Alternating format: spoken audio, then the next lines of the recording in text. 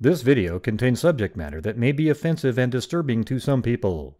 If you are the type to require a warning throughout a video or show, let this message serve as your warning. This channel discusses the harsh reality of true crime. If this warning is not sufficient for you, consider a different genre and unsubscribe from my channel immediately.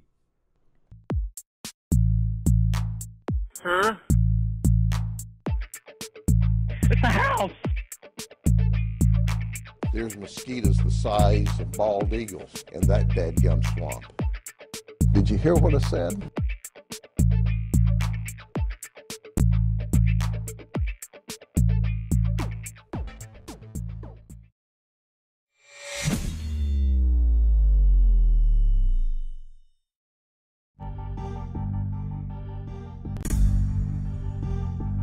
There we go, that sounds better. Whoa! What in the hell is going on?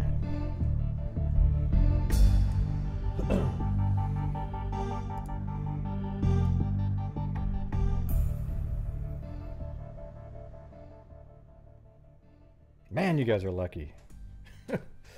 Man, to have a YouTuber like me, you're absolutely the luckiest people in the world. See, Gray, he's a narcissist. The thing is, Gray, you really think that? Now, here's what I really think. I think I'm lucky to have all the freaks supporting me on this channel. Yeah, I don't know how to get you the bots to work. They're already connected. I know you keep saying that over and over and over and over again, but let me try to. I'll try to disconnect and connect again, maybe. All right, there we go. All right, I'm lucky to have all the freaks. All right, you guys are awesome. So let's see, what was I going to say? Oh yeah, there's a few different things I was going to share with you guys on the Delphi case, I guess. You know, remember, I mean, I had an inside source guy, and you know what's interesting is I went back and looked at the notes, and he told me back in the day, listen to this, they had another sketch from the third day after the murders. Okay? And he told me that in 2018, before the Young sketch was ever released. So that's how you know this guy had information that other people didn't have, right? He told me in 2018 that they have a sketch that was made, 2 or 3 days after the murders. And he also said in that message that he didn't and they didn't release that one. So he told me this like way before the actual release of it in 2019. So that gives validity to the things that he was telling me. Does that mean anything to you guys? Because I keep seeing everybody saying hello, hello, hello, hello, hello, hello, hello, hello, hello, hello, hello, hello, hello. Just do one blanket hello, everybody, so we can get on to the... So that just shows you that the guy had information. All right, so he gave me, at the time, gave me 9 different points here. He said, so he gave me this back in, I think, 2019 or something, this little 9 bullet points. All right, I'll read them to you, but I'm not going to have them on the screen. He said, they had another sketch from the third day after the murders. So he did this as a synopsis later to put them all together for me. 2018 he sent me that originally. The second one is Libby's father was seen on camera looking for the girls, and that the killer was still there at the crime scene for at least 20 minutes, and also a person was on a bicycle but came out at the right amount of time. Okay, so this is something I told you guys a long time ago. So it's interesting that Derek is seen on camera there. So I think that's the same camera. You know what I actually think? Let me show you this right here. I mean, I'm getting right into the case tonight. I know everybody hates how it's just, you spend 30 minutes talking about something else, then you get into it. Well, it's a freaking, it's a show, right? I mean, I have 30 minutes of it. So what? As long as I get to all the information, that's what matters. So I actually think that there is a possibility that, I think this is Mears right here, that he has a camera right there. Or something. I mean, it's pretty bizarre because Derek was looking around, you know, he came in like this, but that would make sense that it's right here, because a bike going by, you'd see that, but it came back in an amount of time that was reasonable, so they know that's not the person. But man, maybe that's somebody you'd want to talk to, the guy on the bike, right?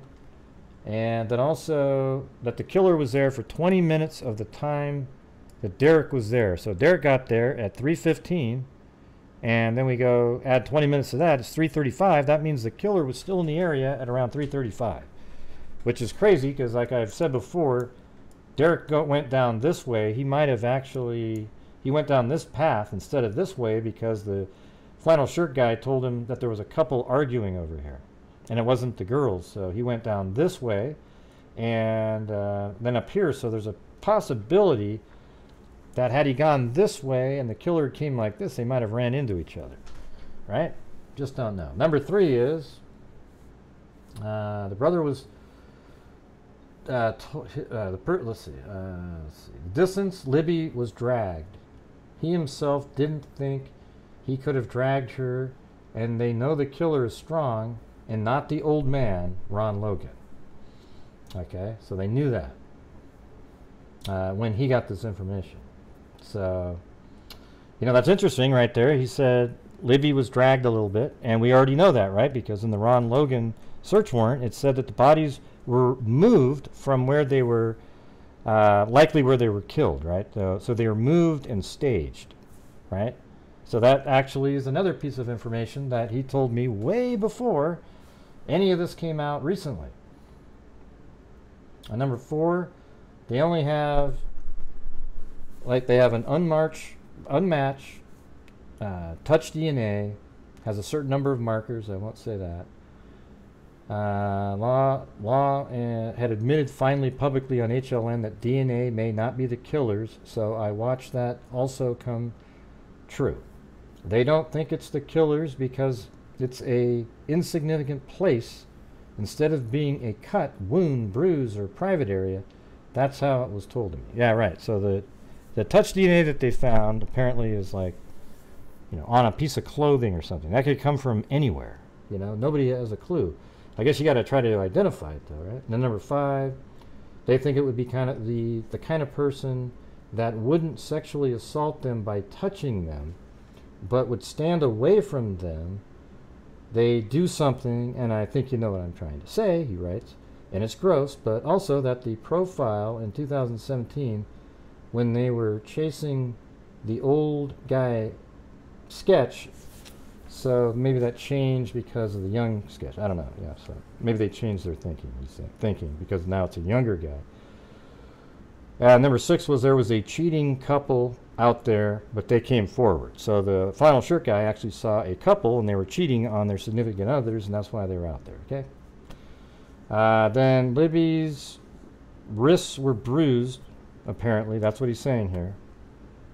They think he's a local and that he knew 1 to 3 areas that were the easiest to cross in that area. It's weird. I don't know how they know that the person would be aware of. Well, I guess that's one of the ways, and then there's 2 others. So the person at least knew of one of them. And it says they're not done with the ping information yet. That was back then. I'm sure they're finished with it now. And a little bit of information like that. So there you go. Isn't that crazy? So I've had that for a long time, and I've actually read most of this before, but a lot of people don't remember it. So that's that information.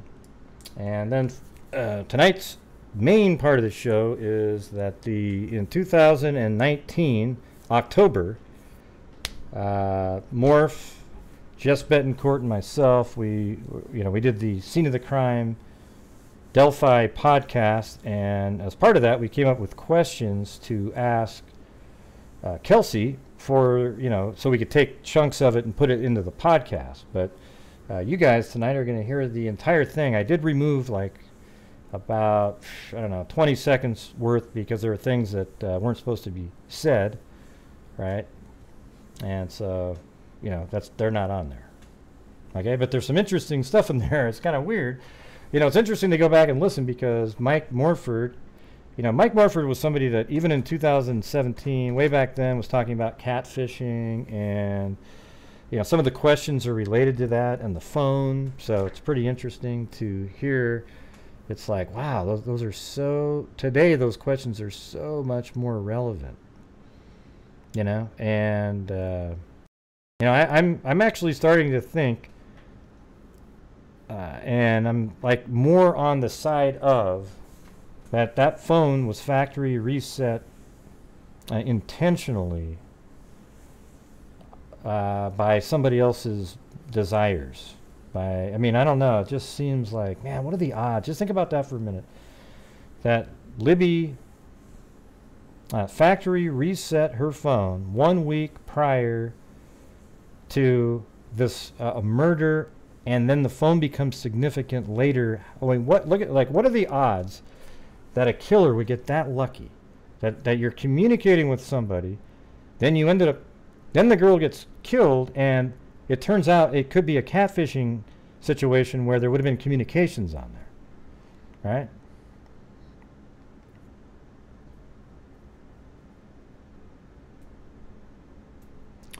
Let's see. Well, thanks, Norok. Sounds like a when you say Norok, it's like when I say Yarg. You know, it sounds a little bit like a Klingon name, doesn't it? Norok, Yarg. You know, it's it's pretty close, pretty close. So, anyways, there you go. So we're going to listen to it right now, and you know, if you're one of the trolls out there, make sure to listen to it. And here's what I need you to make sure you do: when you're listening to it, make sure that you twist every single just benign statement and turn it into a crazy conspiracy theory like you guys always do. All right? It's absolutely insane. So here we go. We're going to play it right now. I'm going to rewind it. I think there's some... Oh, God. Did I do that again? Don't tell me that. Oops. Let me start over again. I always hate when that happens. Yep, you're going to have to wait longer now.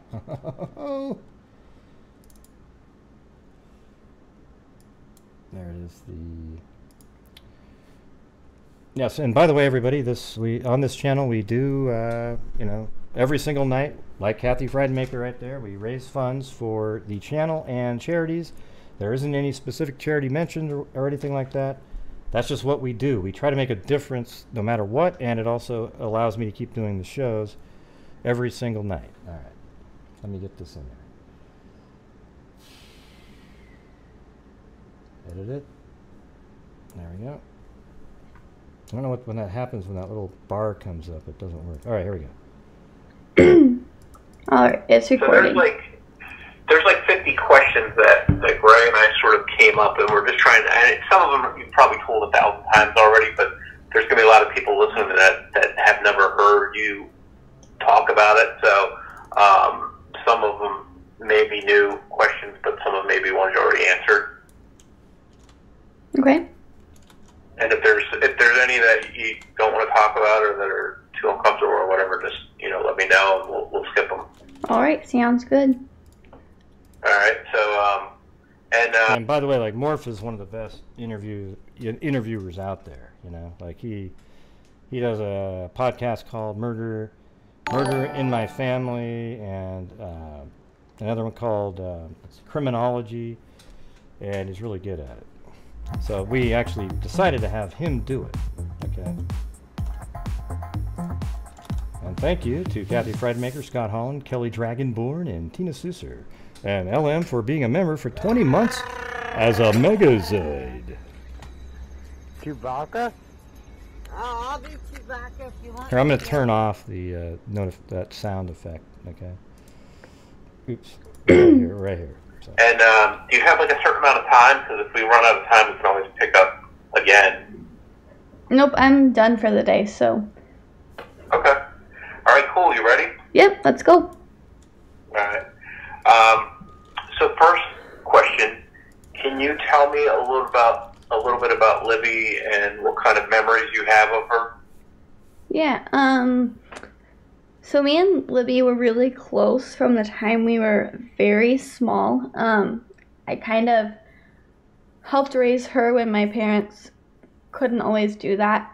So that kind of started our relationship, and that's kind of where our memories start. So later on, down the road, we kind of kept growing in that bond, and she was always the more outgoing person in every friendship, but definitely in ours. So she was kind of the person that was always involved in school things. She always wanted to go out and do stuff, so she never wanted to be home. She never wanted to not have a friend at our house when she was home. So that's just, she just always wanted to be with people. She loved people so much that she had to be with them all the time. Later on, after we moved to our grandparents, a lot of our memories revolved around going to school events together. We'd go to Old Settlers every year. We'd go to all of her sporting events, all of my sporting events. And it kind of all revolved around school at that point. So Libby was like involved in everything she could possibly be involved in. She was in soccer, swimming, volleyball, softball, and then the band where she played the alto saxophone. What are you talking about? Whose house, Gray? What does that mean? God. And do you have like a certain amount of time? Because if we run out of time, we can always pick up again. Nope, I'm done for the day, so. Okay. All right, cool. You ready? Yep, let's go. All right. So first question, can you tell me a little bit about Libby and what kind of memories you have of her? Yeah, so me and Libby were really close from the time we were very small. I kind of helped raise her when my parents couldn't always do that. So that kind of started our relationship, and that's kind of where our memories start. So later on, down the road, we kind of kept growing in that bond, and she was always the more outgoing person in every friendship, but definitely in ours. So she was kind of the person that was always involved in school things. She always wanted to go out and do stuff, so she never wanted to be home. She never wanted to not have a friend at our house when she was home. So that's just, she just always wanted to be with people. She loved people so much that she had to be with them all the time. Later on, after we moved to our grandparents, a lot of our memories revolved around going to school events together. We'd go to Old Settlers every year. We'd go to all of her sporting events, all of my sporting events. And it kind of all revolved around school at that point. So Libby was like involved in everything she could possibly be involved in. She was in soccer, swimming, volleyball, softball, and then the band where she played the alto saxophone. And then every club you could imagine. She was just in everything. And the two of you were very close, very tight? Yeah, we were best friends from the time we were very young. So you got to keep in mind, like when they were really young, their parents weren't, you can't really come up with a better term, but they were very irresponsible, and it was a really crappy household for Libby and Kelsi, and Kelsey's written about it before, so, and she's the one that was old enough to remember how it was. So when people always bash her for things that she might say about how it was, you don't know what the hell you're talking about, okay? You gotta trust what she's saying. She knows what she's talking about, all right? So, then they were removed from that home and given to Becky and Mike actually got custody of them. And they raised them really well, so there you go.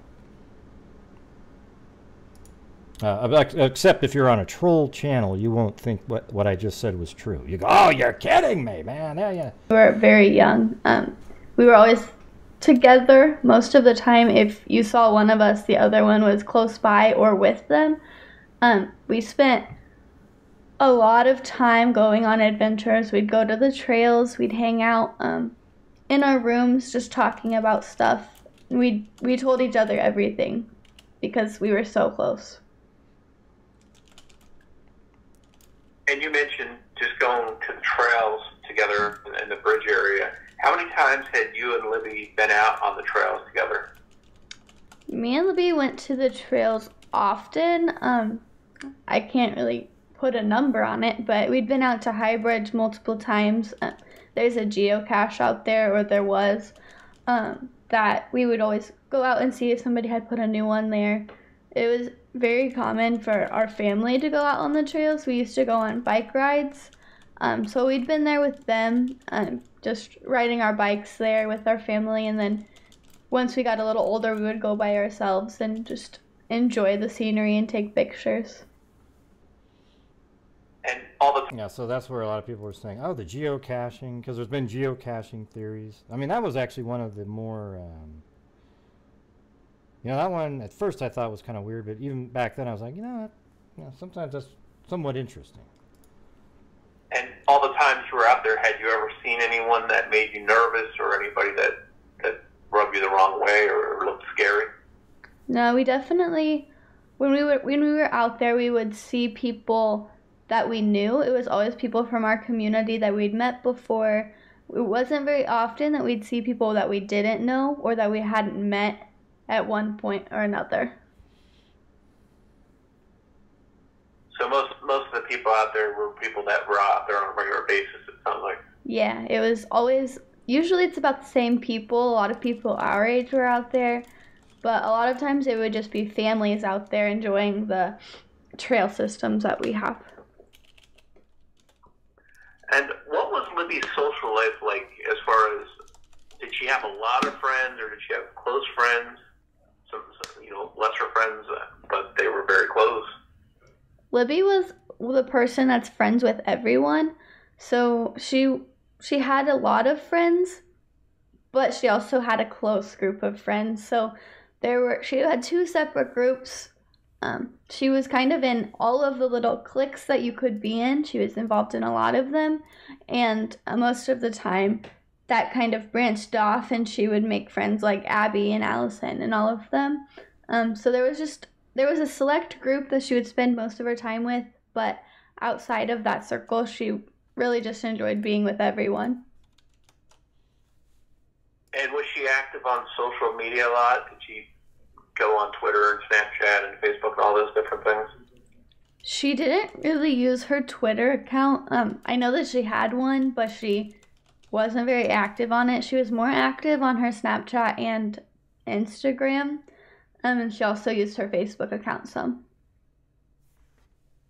Okay, and if you can, just go back to February 13th, 2017. Yeah, so right here you get She didn't really use her Twitter account.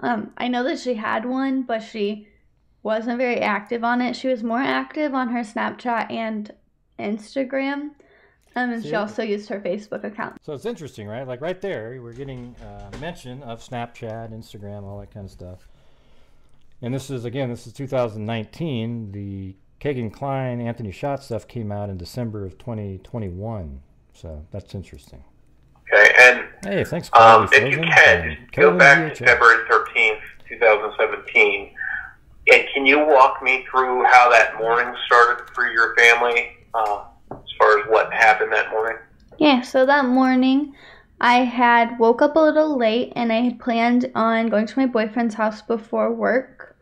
Well, no, but she doesn't, Free Thinker. Yeah, I think you need to go over to the Troll channel, okay? She wouldn't know, because that's why she's angry with... We've already done a whole show on that, where Kelsi's angry at Libby because she never said anything about the Anthony Schott's account, okay? So you got to try to pay attention every once in a while. When you say free thinker, become a thinker. We had went downstairs, and my dad had made breakfast for the girls, and I was sitting there eating with them. And a little while later, I had started to get ready, and Libby walked into the bathroom and asked me if I'd take her to High Bridge, and I had told her no the first time. So she continued out on her day. She went downstairs and they were working on a desk that Libby was painting and finishing for her bedroom. Because it's not just, it says it in the documents, Freethinker, so that's a real thing, that it sounds like Libby was really into the Anthony Schatz account. So it's not just people randomly saying that out there.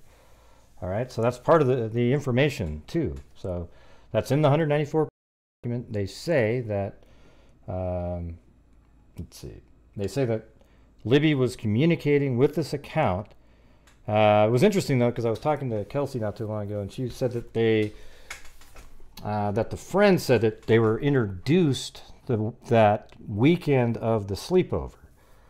Okay, which is something that I hadn't heard before, but it sounds like more, you know. But then in the same conversation, it was like, well, maybe she communicated with him before, even without that friend knowing that. You know, so we don't really know exactly when this communication started, but it sounds like she was like really into him, sending him pictures and whatnot. And we don't really know what was on the pictures. I hope they weren't of a sexual nature, but, you know, given the fact that that's what Anthony Schatz was getting from all the different girls, you never know, right? A desk that Libby was painting and finishing for her bedroom. And they were helping my grandma with some like sorting paper folders for her work. And then a little while later she came back up and asked again, and I had told her that if she could get a ride home, I would take them.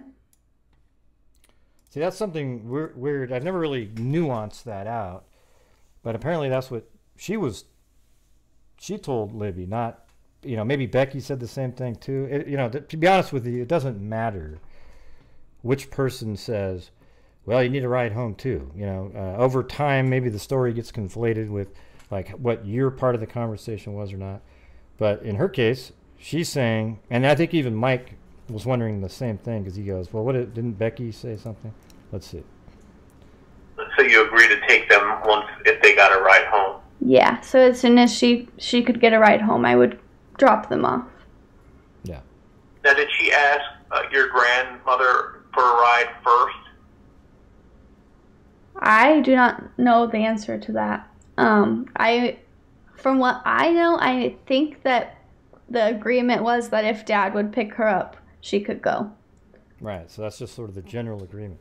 Yeah, because I remember I think she did ask Grandma, or Becky, you know, and then she couldn't do it, but, you know,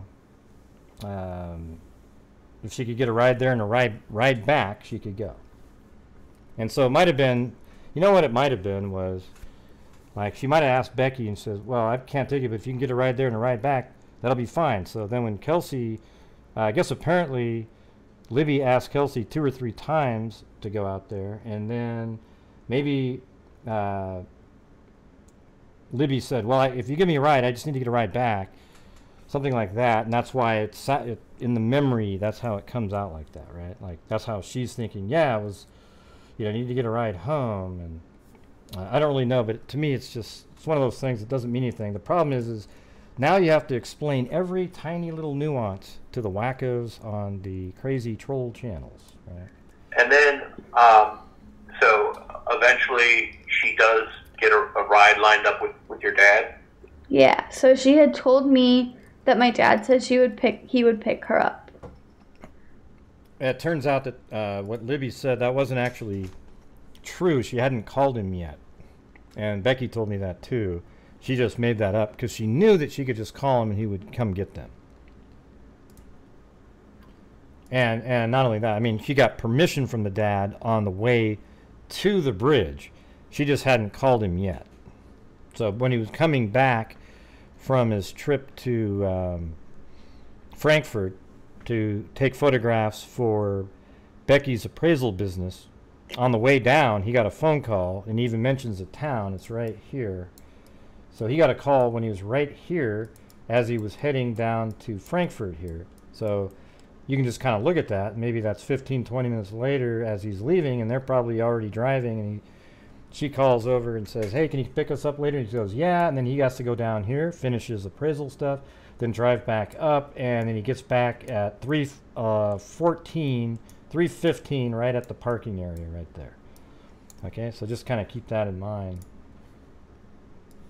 Oops, that's not it.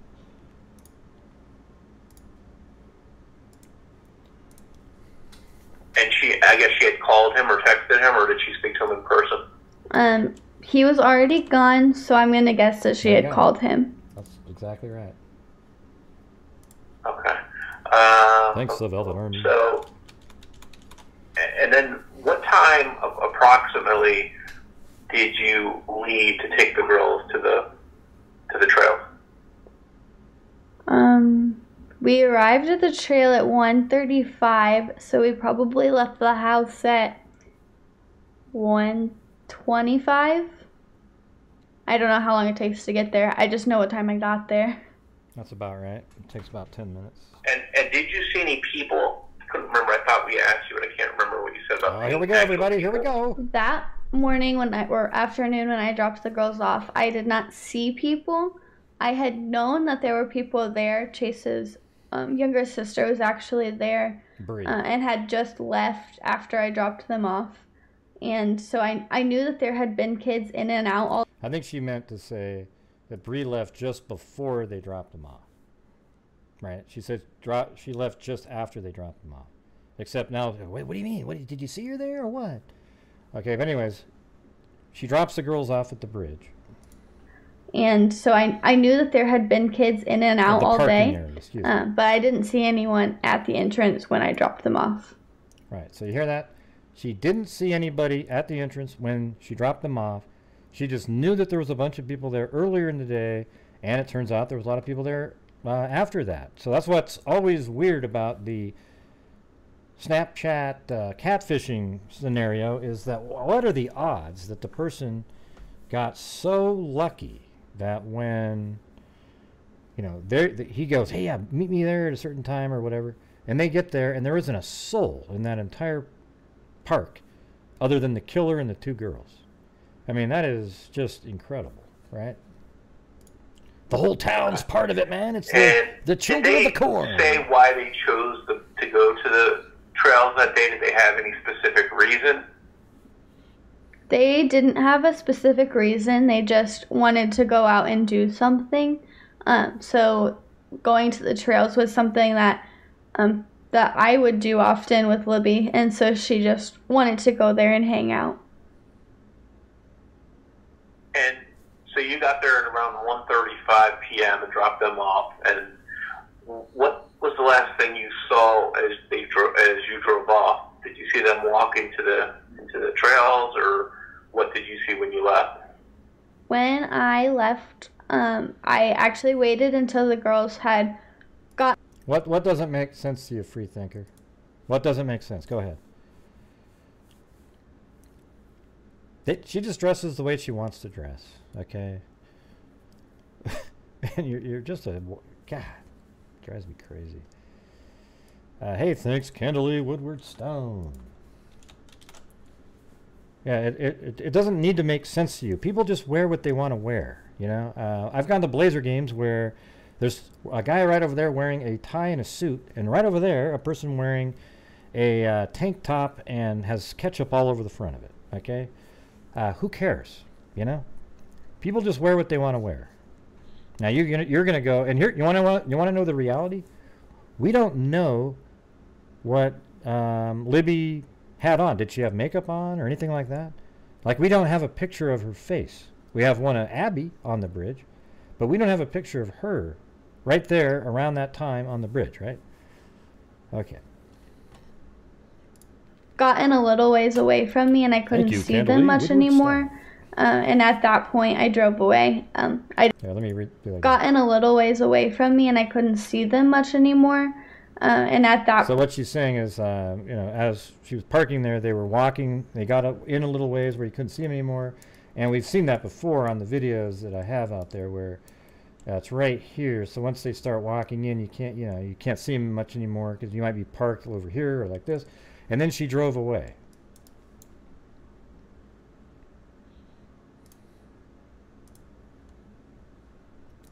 gotten a little ways away from me and I couldn't. Here, I'll start from here. When I left, I actually waited until the girls had gotten a little ways away from me and I couldn't see them much anymore.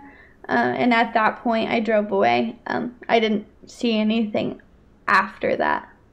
Well, I agree with that, Freebird. That yeah, you're right about that. I think it's out of all the kids that were there that day, how did it end up that right when the two people that he was catfishing show up, there isn't a soul? What about this scenario? Do you guys think it's possible that this catfishing account, Anthony Schatz, actually had a bunch of different girls on the hook, as it were, and kind of would say, hey, meet me out at the bridge, meet me out of the bridge, meet me out of the bridge, meet me out of the bridge, meet me out of the bridge, meet me out of the bridge. And during that day, all these different girls were showing up to the bridge. And maybe we don't know about those accounts or whatever. I'm just saying we don't have any evidence of what I'm saying. And then he just chose the ones that fit into a situation when there wasn't another soul out there. So then it could be that it worked out where once he was there, he became the sort of serial killer, like stalker hunter type. And during the ride, and I meant to ask you this, but during the ride over, did you talk with them about anything? Did they say anything to you? Was it a pretty normal ride? No, our drive was pretty normal. We had the music up really loud and we were singing to the songs that were on. We were just enjoying the drive there. Well, I hate the word possible. Okay, how about this? Do you think it's more do you think it's likely? How about this? Do you think it's more likely that he had many different people that were supposed to be there, but the two that showed up that fit into the trap, as it were? I think if the girls had got down 505, he would have went down there too. That you know, that's how it turned out. That instead of it just being pure luck, that he calls up these two girls and they happen to be there right when there isn't a soul, even though the rest of the day had a lot of people there. I don't know. To me, it's just... No, our drive was pretty normal. We had the music up really loud and we were singing to the songs that were on. We were just enjoying the drive there. It was a nice day out, so we had the windows down. They were just ready to go out and have some fun. Yeah, so there you go. And then what Norak said, could have been sitting on the bench. Yeah, we've talked about that. Like right here, there's a bench right here. Let's see. Got to flip it around and disorient it. There we go. There's a bench right in this area, and then there's also another bench right here. You can actually see the damn thing on Google Earth. And I think that is a would have been almost a better place for him to be sitting. Right here. Because you can see all the way down to here, and you also can see anybody that's maybe coming this direction. And then you sort of use that as your starting point, and then you see two girls show up. And then he comes over in this area, and they're like, God, who's that creepy guy? Who the hell is that guy, you know?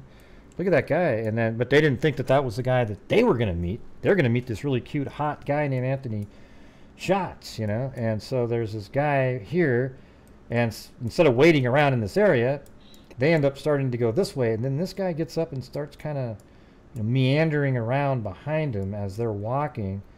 And he just keeps staying way behind him so he can keep monitoring who's showing up, anybody coming from behind. You know, he's like this. He's going like this. Anybody coming, and then sometimes he'll turn around. You know, look right in this spot is sort of like the last moment where you can see both ways. If you're standing right here, you can see all the way down there, and then you can see all the way to the start of the bridge over here. So that might be a point where he was... see, that shot that you have of Abby on the bridge at 2:07, and then we know that the video is at 2:13, that means that guy is probably in the background, out of view in that shot. It's just too grainy to make out anything. Like, you can't see him. He's in the woods back in the background. He's likely back there monitoring and watching the situation, but you cannot make him out. Now, it could be that it's possible that something back there represents him, but it's too dense and too crazy, and you can claim anything. There's no way to prove anything. So let me just throw that up on the screen really quick. Alright, so hold on 1 second. I'm going to open up one of the shots of that. I'm going to try to find the clearest one. I think that one's pretty good. Yeah, right. Oh shit. Right here.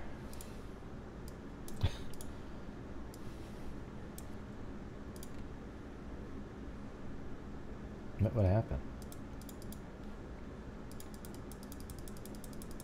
Yeah, so when you look at a picture like this, the killer is likely, see how it's just way too pixelated?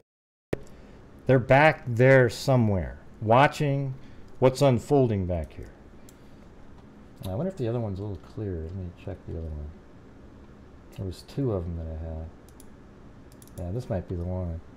Yeah, this one's much better than that one, I think. Yeah, there we go. So that one's clear. And this right here, I guess this jacket right here is actually one of it's one of Kelsi's jackets. I didn't know that before. But then, you know, the killer is likely back there. You just can't see him. All right, so when people go, oh, he's right there, and they came up with all these different things early on, like they would point to this thing, they'd look at right here. But I've done videos where those things are still there a month later. you get this guy walking on the bridge, you can see that thing, you can see that, and it's nothing. These right here are barriers for the bridge. They're red and painted. You'd have to walk around them. That's so that cars couldn't get there. All right, so anyways, let me get back to the audio. Okay, so so you leave, and where did you go when you left? When I left the trail after I dropped them off, I went to my boyfriend's house, and then we were gonna do a couple things and then get ready for work. So you had to work later that day? Yeah, I did. So what time were you supposed to go to work? That day I was supposed to work at 4:30. So when I got the call, I just called them and told them I couldn't come in. Okay. And so my next question is, you're out doing some stuff with your boyfriend, you're expecting to go to work. When and how did you find out that the girls were missing? So we had finished cleaning out Chase's truck, and we had went to lunch, and we had just gotten back to Chase's house when I had put my phone on the charger, and Chase was getting ready to leave. He worked at 4 o'clock, so he was leaving a little bit before me. So my phone stayed on the charger until after I was done showering and getting ready. And so I walked downstairs after Chase had left, and I left my phone over there, and I didn't think anything of it. So I was watching a movie with Chase's dad, and I heard my phone ring the first time, but I figured it was just one of the robocallers, like always. So I waited a little bit, and then it rang again. And usually if my phone rings 2 times in a row, it's usually my family. So I went over to my phone, and I picked it up and called my grandma back. And that was around 4:12, and my grandma had said she hadn't heard from the girls, and she was wondering if Libby had sent me a text or a Snapchat or anything to let me know that something was wrong. Like, they just needed to figure out where Libby was. And then at that point, that's when we were starting to get a little worried. It'd been a couple hours, and nobody had heard from them, so we went to the bridge and started searching. Okay, so and did Chase's dad bring you, or you just drove there yourself? I drove there myself. Okay, and then you wound up calling out of work and not going into work at all? Actually, I called off work, and I told them I would be in later that night. I did end up going to work for about 10 minutes before I had to go back into the police station. Okay, because at that point, your family called the police? Yeah, so we went out to search, and we weren't finding anything. And I didn't want to stay at the police station and freak out the whole time. So I had asked if I could go to work and just work until somebody had information that I needed to know. So I went in probably around 5:30, and I stayed there for a little while, and my grandma called me to tell me I needed to come back. So they knew something was wrong and the girls were lost, at least. Yeah, so at that point, somebody had said that I knew where the girls were, and so they wanted me to come back in so they could question me. And when you initially went out to search, before you went to work, when you said you were going to be a little bit late, how many people were out there searching? Was it just you and your grandparents, or? Yeah, so the first time I went out, when I got there around 4:15, my part of my family was already there. I don't remember who. I'm pretty sure it was my dad, Tara, and my uncle and my grandma, maybe. Yeah, we were all out there, and there were some other kids out there. But other than that, our family was the only people out there searching. And when you didn't find anything or see any signs of them, that's when they decided they were going to call the police. Yeah, we were probably out there for about an hour looking around, and when we couldn't find them anywhere we thought they could have been, we knew that something was wrong. So later on, I guess a bigger search got organized with a bunch of different people, and you went out searching in that group as well? I did not search later that night. Once it was dark out, I stayed in the police station until around 10 when I went home, just because they wanted to keep asking me questions. So a lot of my family went out to continue searching that night, but I did not go back out until the next morning. So when the search ended and your family is home later that night, what kind of, obviously you were worried. What kind of things were you talking about and saying? We weren't really talking to each other at that point. We were all trying to figure out how we were feeling, I think, and we were all trying to figure out ourselves and tried to wrap. See, what's weird is all the stuff she's saying is exactly what it's like. It's just a weird feeling, Like she even talks later about the funeral and stuff, and yeah, it's just it's weird. You're just kind of in this weird zombie feeling, I don't know if any of you guys have, like, if you lost somebody that you cared about and loved and they died too soon, or it was sudden for out of nowhere. It's just really, really strange. I mean, that's the only way. It's just odd. I don't know how to explain it. I remember when I was told my brother died, I just ran through the doors at the hospital. Just found him over there, and I saw him there, laying there, all by him. It was just weird. It just kind of. It's like the part that was interesting was his hair didn't feel real anymore, or something. It was just. I don't know. That was just in my mind or something. It was strange. But he just wasn't alive, He was just sitting there. Kind of wish I hadn't done that, because that's what I remember, I mean, I don't think of that all the time. I think of him before that, but you just go into this weird zombie state for, like, sometimes a long time, years sometimes, it's crazy.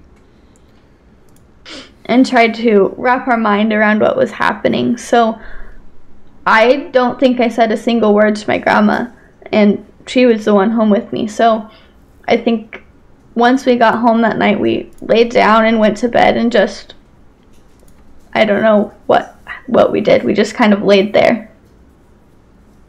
Thanks. So you probably didn't sleep too well, I take it? Yeah, no, I don't think I slept at all that night, and I don't think I slept for like a couple weeks after that. So the next morning, there's still no sign of the girls, and a bigger search party is organized. And then you were part of that big search party the next day? Yeah, so the next morning we all met at the command center, which was the fire department at the time, which is City Hall now. That's where we all met, and the fire department split us up into groups. And I was in the group that was headed to High Bridge, actually crossing the bridge and searching the area near like the private drive. Yeah, so she's pretty specific in this one, exactly where she was searching. And also thank you Jessica Schubach and Kathy Friedmaker. And up above there was Candalee Woodward Stone, The Velvet Army, Quietly Frozen, Carolyn EHS, Eugenie, LM, Tina Susser, Kelly Dragonborn, Scott Holland, Kathy Friedmaker. Thank you.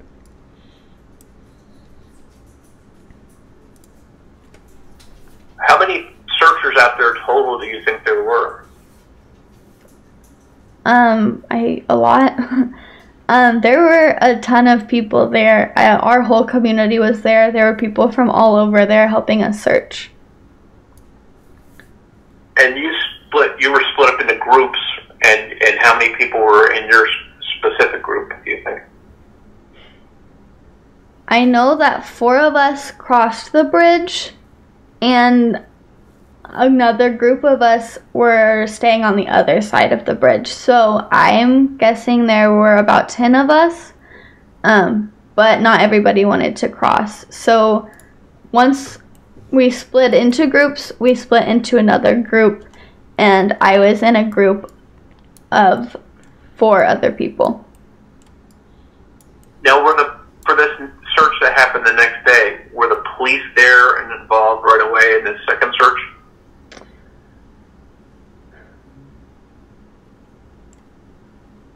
I don't remember. I know that I'm sure that the police were involved in the beginning of that day, because I know that there were state police officers at High Bridge when I was there, like where our cars were parked at. Now, who was the search organized by? Was there anybody that was like a spokesperson that told you what to look for and what if you found something, what to do? Was there anybody around that was in control of the search? The fire department had told us not to go on certain property. Like if we found something, to get a fireman to be there with us to make sure that they could get a hold of the police. We always had to have somebody with us that had a walkie-talkie to contact the police for us.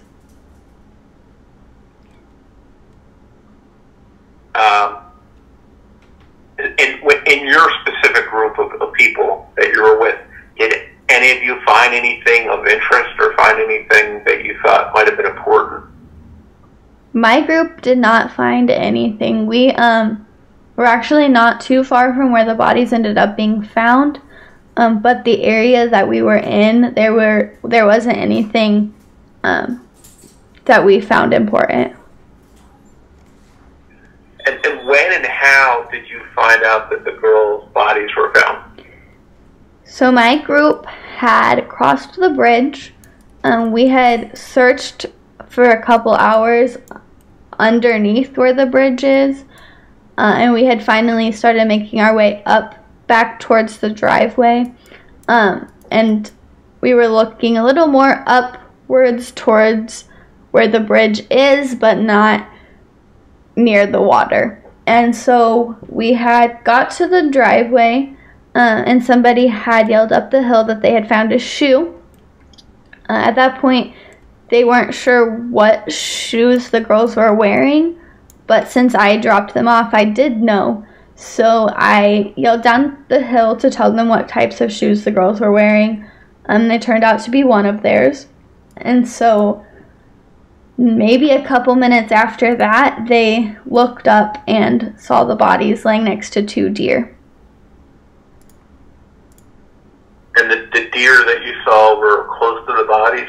Yeah, the 2 deer, I didn't see them. The searcher did, but he said that the deer were standing over the bodies, and the movement of the deer kind of is what led his eyes to that spot.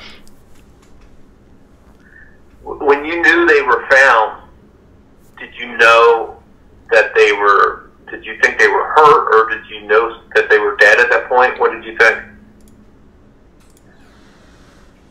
I had a feeling that it wasn't good by the way their voices sounded when they were yelling that they found them. Hold on a second. When you knew they were found, did you know that they were... And the movement of the deer kind of is what led his eyes to that spot. I had a feeling that it wasn't good by the way their voices sounded when they were yelling that they found them. Well, if you hadn't heard about the deer, that means you didn't listen to the podcast that we created. Man, you guys. You guys always bust yourselves. You know, the Scene of the Crime Delphi podcast had this whole story of the deer in it. I wanted to be hopeful, but I think when they said the word bodies, it rushed into me and it told me they're not here anymore. Like something really bad is happening. And yeah, that's when I knew that they had found the bodies and not 2 live girls. What was your reaction? Did you just want to run over there? Was that your instinct was to go over there to get to them? I did. My first thought was I need to run across the creek and get over to the other side. I need to see them. I need to hold my sister. And I need to give her the granola bar that's in my bag. But there was a lady that was with me, and she told me I needed to not worry. I needed to just wait here. We actually interviewed the lady that was with her is in the podcast. It's pretty interesting. Told me I needed to not worry. I needed to just wait here until we knew for sure that it was them and we knew what was going on. And so that was my first thought. But then seconds later, I saw my biological grandfather. Not only that, I've actually mentioned the deer on the show before too, many times. All right, here we go. And so that was my first thought. But then seconds later, I saw my biological grandfather. He was not standing too far away from me, and he had almost started collapsing to the ground when he had heard about it. And so my next thought was, he's going to have a heart attack again. So I ran to him, and I helped him get back to the house instead of going towards my sister. So you weren't out there when police got there and made their way over. See, that statement right there is going to be taken. How dare you care about your grandmother? Your grandfather, I mean. You should have went over and checked on Kelsi, even though she wasn't alive. Libby, I mean. She wasn't even alive anymore, okay? So the thing is that's what they do over there. That right there will become a talking point. Did you hear that? How selfish. She wanted to help her grandfather and not go look at Libby when she's not alive. Ooh, wow. A whole video. Now you make a 25-minute video on something like that. Watch. Yeah. So you weren't out there when police got there and made their way over to the bodies? No, I had left at that point. And so now this is sunk in for you that you think, you haven't seen them, but you're thinking that they're dead. I don't even know what that would feel like. How did that feel like for you? Yeah. How upset were you at that time? See, listen to this. This is exactly what, it's so accurate how you feel. Were you in shock at all, or did it not feel real? Nothing felt real at that point. I remember sitting in my grandpa's house and just staring blankly at the wall and waiting for my other family to get there and Chase to get there. And I didn't know what was happening. I didn't know how I was supposed to feel or if I was supposed to be scared. I didn't know who to trust. And then everything after that is a blur. I don't remember where I was or who I was with.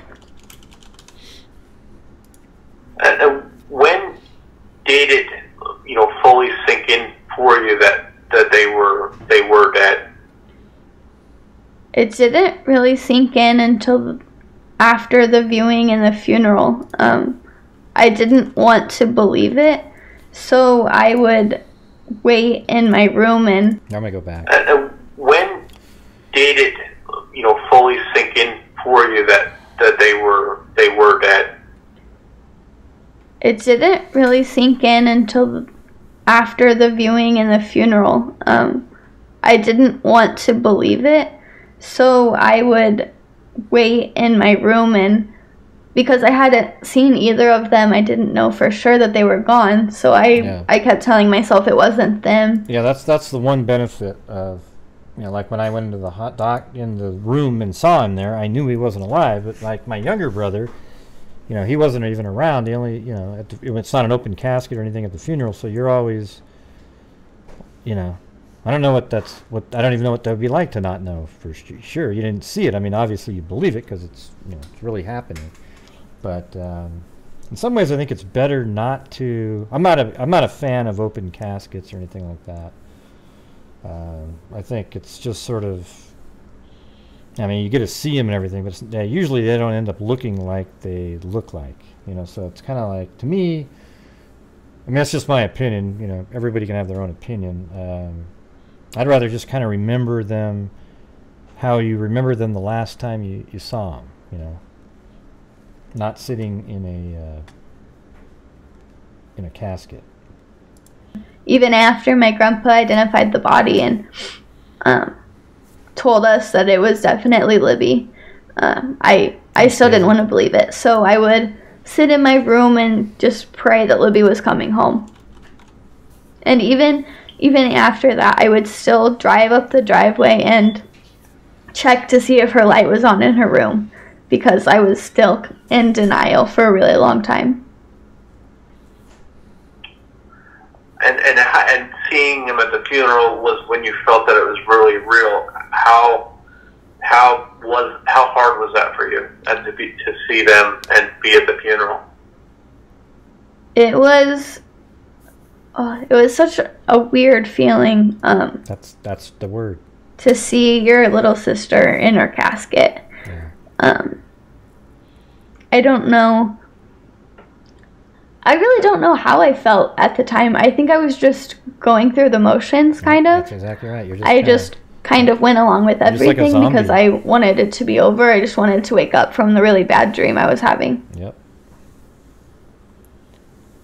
And I just want to go back 1 second to before the funeral and see if you know this. You may not know this because you weren't there. You went home with your grandfather. But what did your family and Abby's family do after the girls were found? Did they convene back at the firehouse, or did the families get together someplace? Did you go to the police station? Do you know essentially what happened there? After we had all been notified, we all had to meet back at the command center so that the police could tell us for sure. That was right before the first press conference. So after my family had called me and told me that they heard about it, and other family had started to call me, we all made our way back to the command center.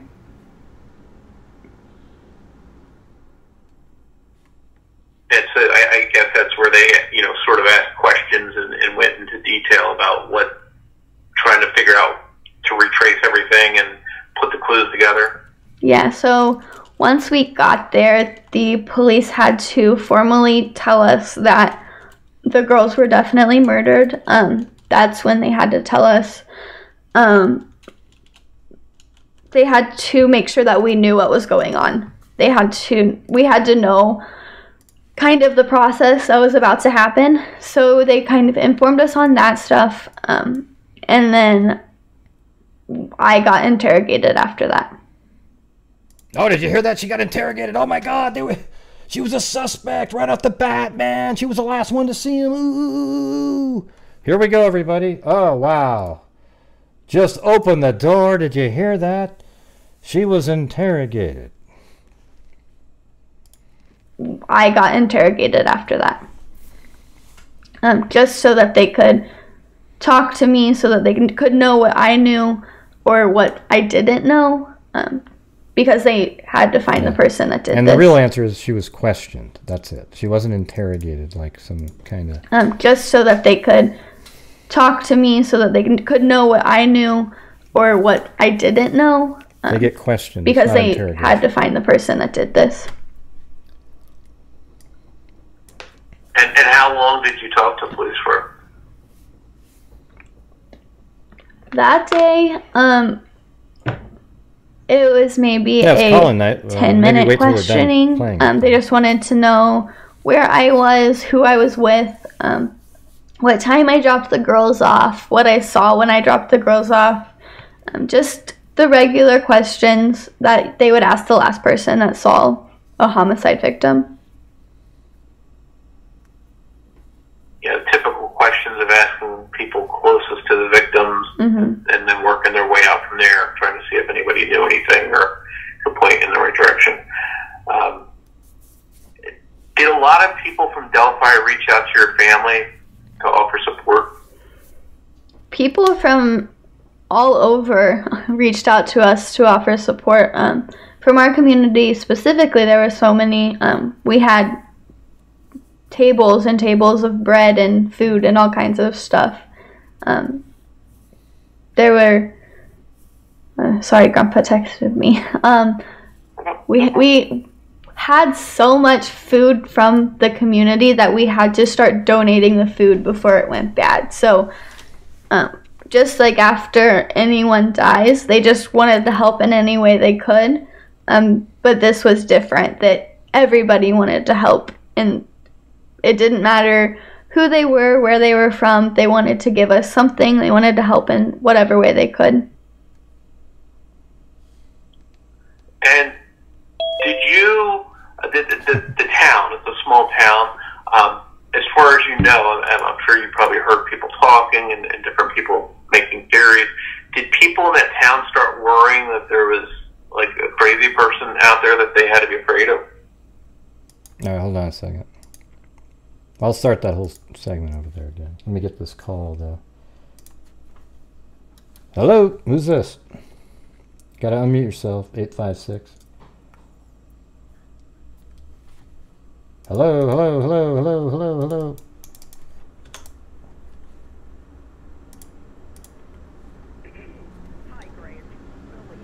Oh, hey, what's going on? I thought we were waiting until they got done playing. What's going on? Yeah, I have the number up on the screen. I'm live right now. Yeah, I was just playing the interview first, though. But what do you got? What do you? Well, you can call. Oh, well, you can call in now. I mean, you're right here, so you might as well. I had to put you on mute to begin with because we get trolls that call in. So. Yeah. I just wanted to say hello to her and. Well, she's not on. Just she's give not her some on. words of encouragement. Well, no, but this is a 2000. I'm playing a 2019 December. Let's see, October 2019 interview with Kelsi. Oh, it was she's not live. Right. No, it's Morph that's interviewing her. Oh, okay. Well, let me hang up, all right? I'll have to find out what the hell's going on. I'm like lost in space. All right. All right, I'll call. Okay. All right, bye. I see. Oh, man.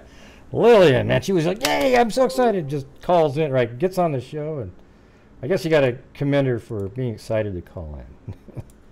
Did you, the town, it's a small town, as far as you know, and I'm sure you probably heard people talking. But for those of you who are new, right, you just got here, we did a podcast, me, Morph, Jess Betancourt, Mike Morford, Grant Hughes, Jess Betancourt, did a podcast called Scene of the Crime, Delphi, back in 2019.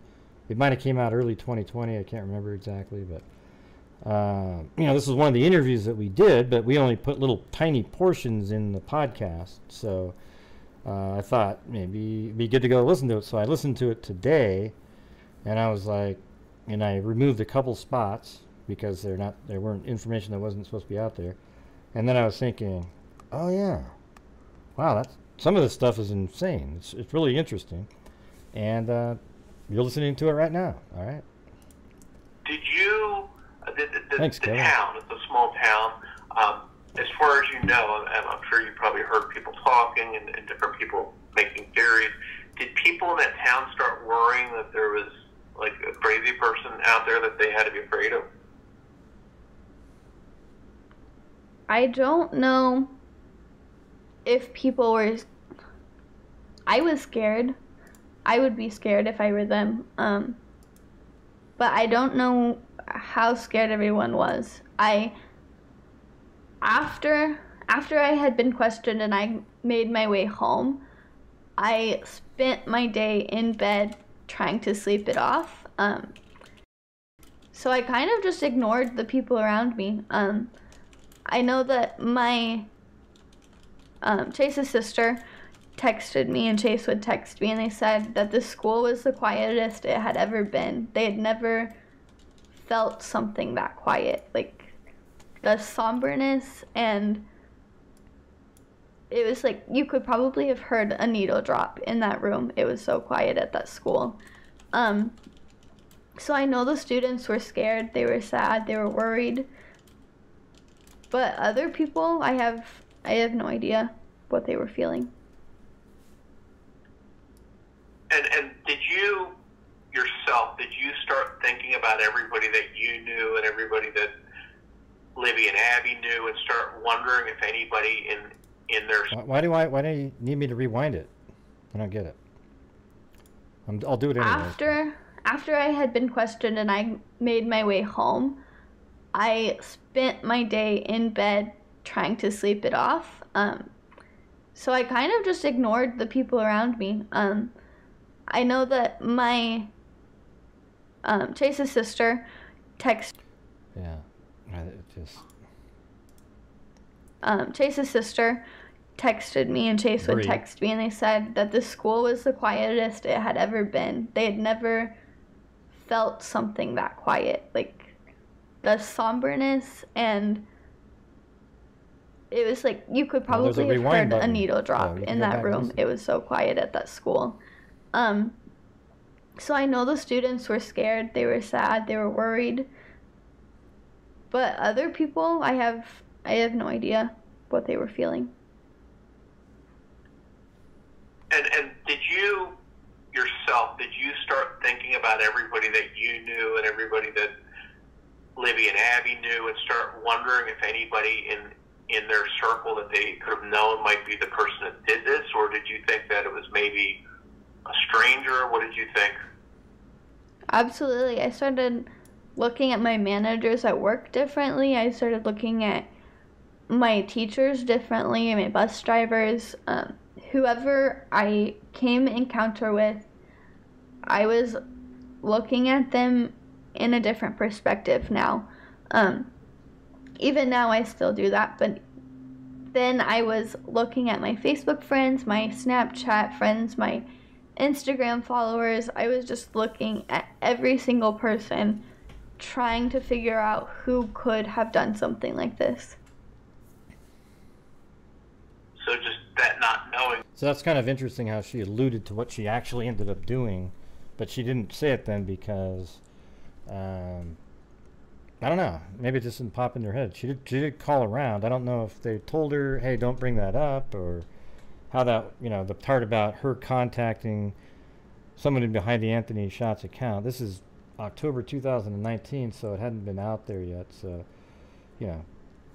maybe it's just something, it didn't seem like a big deal at the time, and now when you remember it later, like you're talking about to somebody 2 years later, and they're talking about something, and she's likely not bringing up that she contacted one of the people on there because it's kind of a general question.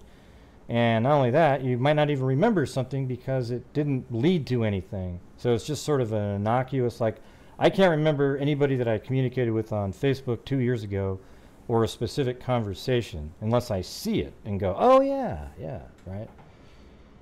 But that's too reasonable and logical. You can't go with that. It doesn't work. That not knowing. And it doesn't work with the stories. So you gotta, if you're a conspiracy wacko channel, you have to ignore how people are and the rationality of the real world, and then you bring in the narrative the way you want it to be perceived by everybody. So just that not knowing part made you paranoid that it could be anybody in town that you knew. Yeah, and even now it's still like that. I can't, especially now that they're saying that it's somebody local, I don't go very far without looking at the people around me. And how has your life changed? Look at that one. That's funny. That's another imitation. Good stuff. Good stuff, man. And how has your life changed without your sister in it? My life is so different now. Prior to my sister's death, I was always the quiet and shy person in the room, so Libby was kind of the voice that I didn't have. She would speak up when I wouldn't. She would be loud when I wanted to be quiet and make me talk more. But I didn't have that anymore. So for the first year, I was probably still like that. I didn't want to talk to people, but it was for a different reason. I didn't trust anyone. So after I went to CrimeCon the first time and met Michelle, it kind of all changed from there. And I found Libby's voice. I was able to start talking to people. I was able to start trusting people and making connections. And that's kind of what led me to my advocacy. That's what led me to help other people. And all of that happened because of my sister. So something bad and horrible like that led you to help other people that are maybe going through the same types of things. How dare her? I mean, they literally cut her down for stuff like this. If she talks about herself and how things have affected her, even if you ask her the question, she gets trashed by the wacko YouTubers because she isn't just every second talking about Libby. Even though you can tell right here how much she cares about Libby, right? I mean, this whole time, the whole thing, like they were best friends and all this stuff. And I think like later on, so you got to remember, this is way before any of the Anthony Schott stuff came out. So then later on, she gets really angry at Libby because they were so close. She always believed that Libby would have told her something like that if you're talking to an account like that. And it didn't happen, so she's angry. And that's absolutely reasonable and what normal people do, you know. Normal people would actually think like that. So the thing is just every once in a while, just try not to be a troll, you know what I mean? Like, just realize that people are just people, okay? Is anybody else as sick as I am of these idiots? It's just... So something bad and horrible like that led you to help other people that are maybe going through the same types of things. Absolutely. So now, through such a bad, tragic experience, I was able to make something good out of it by helping other victims and their families. Yeah, good for her. That's amazing. My mom did the same. And you thing. mentioned that you went to CrimeCon and you've been there a couple times. What are some of the things overall that you've done as a family, you, yourself, and your family, to try and help spread awareness about the case? As a family, we go to a lot of... Hey, by the way, I wanted to say something. I talked to her recently, and she's going to be going to, go to graduate school and that now. And, they're living back at home and stuff like that. Where'd all that money go that all of you guys were talking about? This massive, huge fund that they're all just becoming gazillionaires off of. Wouldn't you just go buy a house or something? Instead, they're trying to save up money to buy a house at some point. I don't know, man. I think Kelsi is a really cool, great person. I think her husband's really cool. I think Becky's awesome. I like Mike. He's really stern, but he's a cool dude. And I've talked to them all. So I'm not saying I'm some, the world's leading, being able to figure out who somebody is person, whatever the hell you want to say, the world's best person reader. But I'm pretty good at it, and I know them, and I know that they're good people. So that's why I defend them the way that I do, okay? Now, these people are out there, and they come up with these wild, wild accusations that have no basis in reality on a daily basis.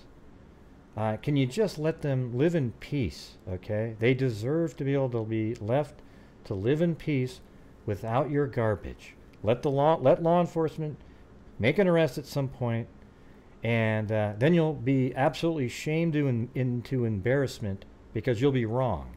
But what you'll probably end up doing is you'll, instead of admitting you're wrong, you'll find another way to weave it in and try to do the Alex Jones sort of conspiracy shit where you try to get the law enforcement involved with some secret cabal that led to this and that and the other thing.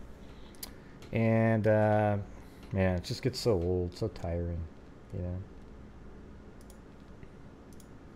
As a family, we go to a lot of events. We go to anything that Delphi has, we go. We've went as far as the Covered Bridge Festival. We went to both Crime Cons, the last 2 years of Crime Con. We've went to so many places. We just go to whatever convention will let us come and set up and show his face and show our flyers and bracelets and sell our t-shirts. We go to them. What do you mean who's picking on the family? We've only talked about it for a month. And now as a family we're creating the memorial park.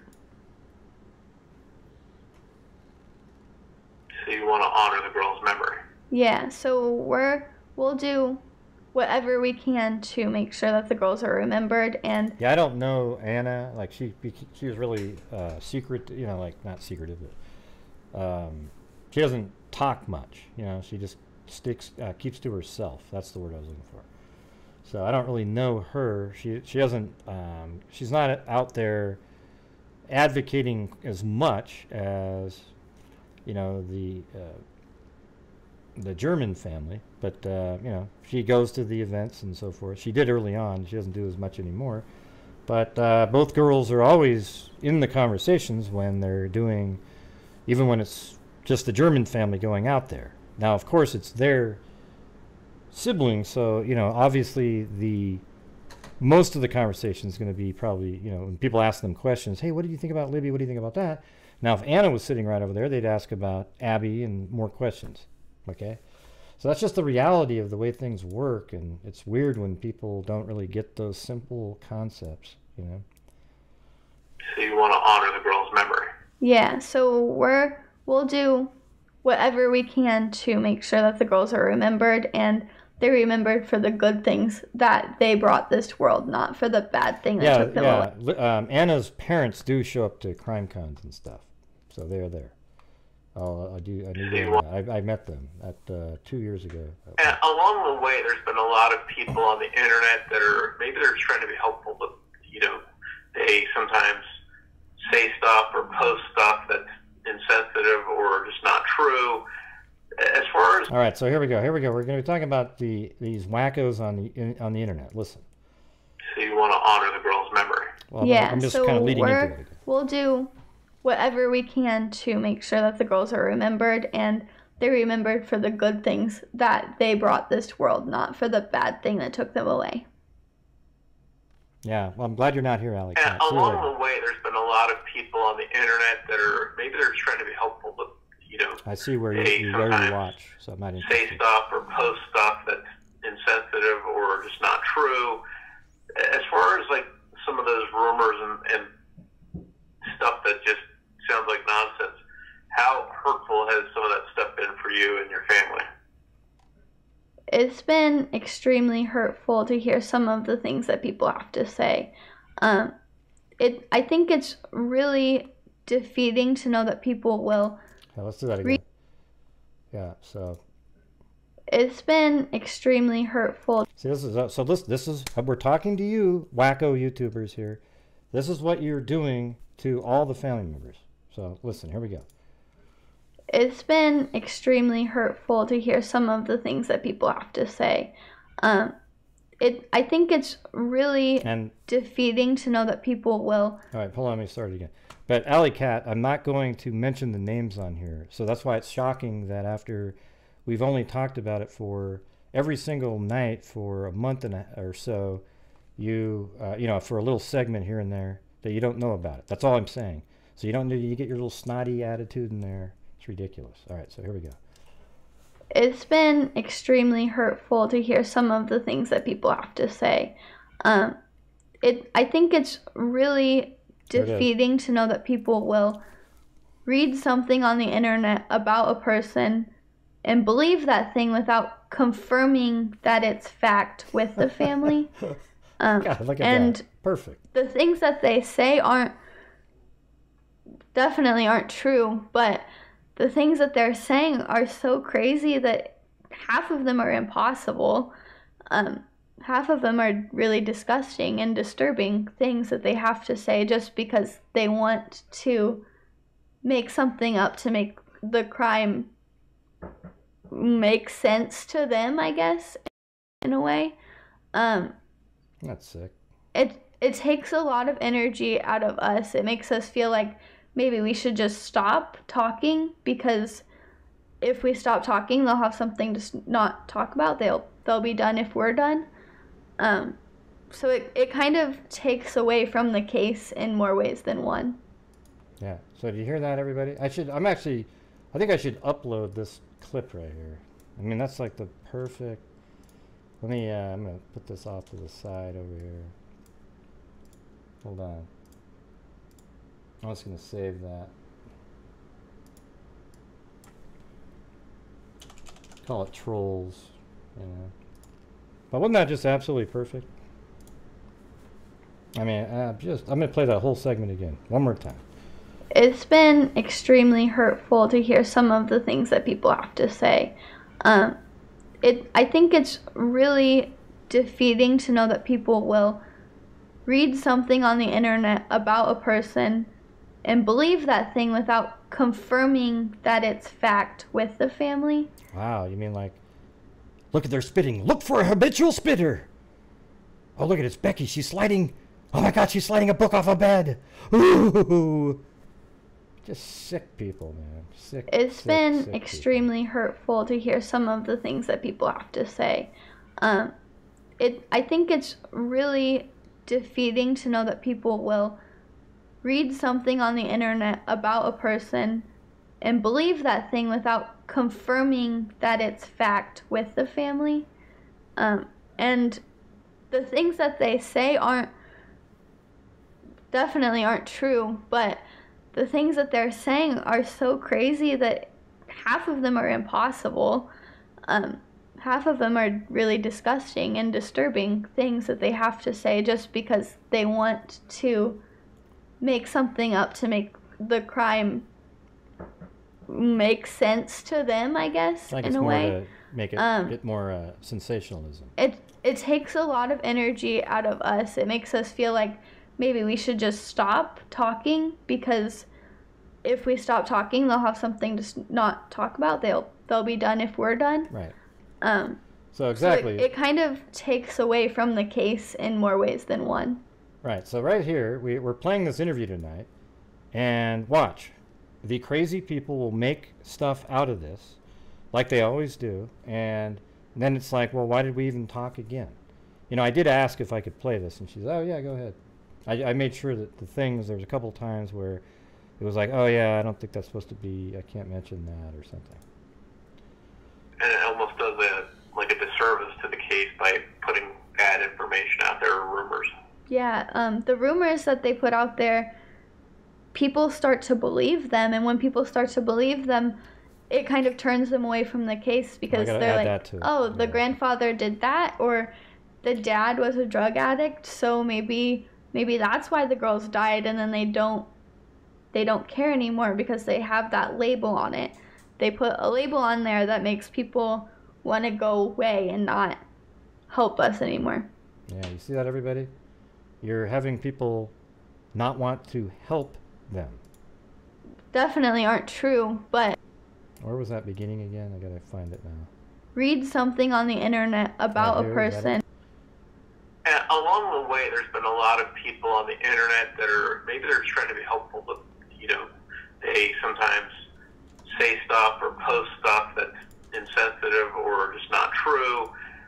As far as, like, some of those rumors and stuff that just sounds like nonsense, how hurtful has some of that stuff been for you and your family? It's been extreme.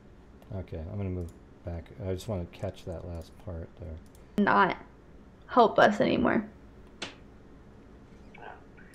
And then you mentioned going to CrimeCon and doing stuff, turning into somebody that's more vocal than you were before. How have your future plans changed following the murders? My future plans made a complete flip.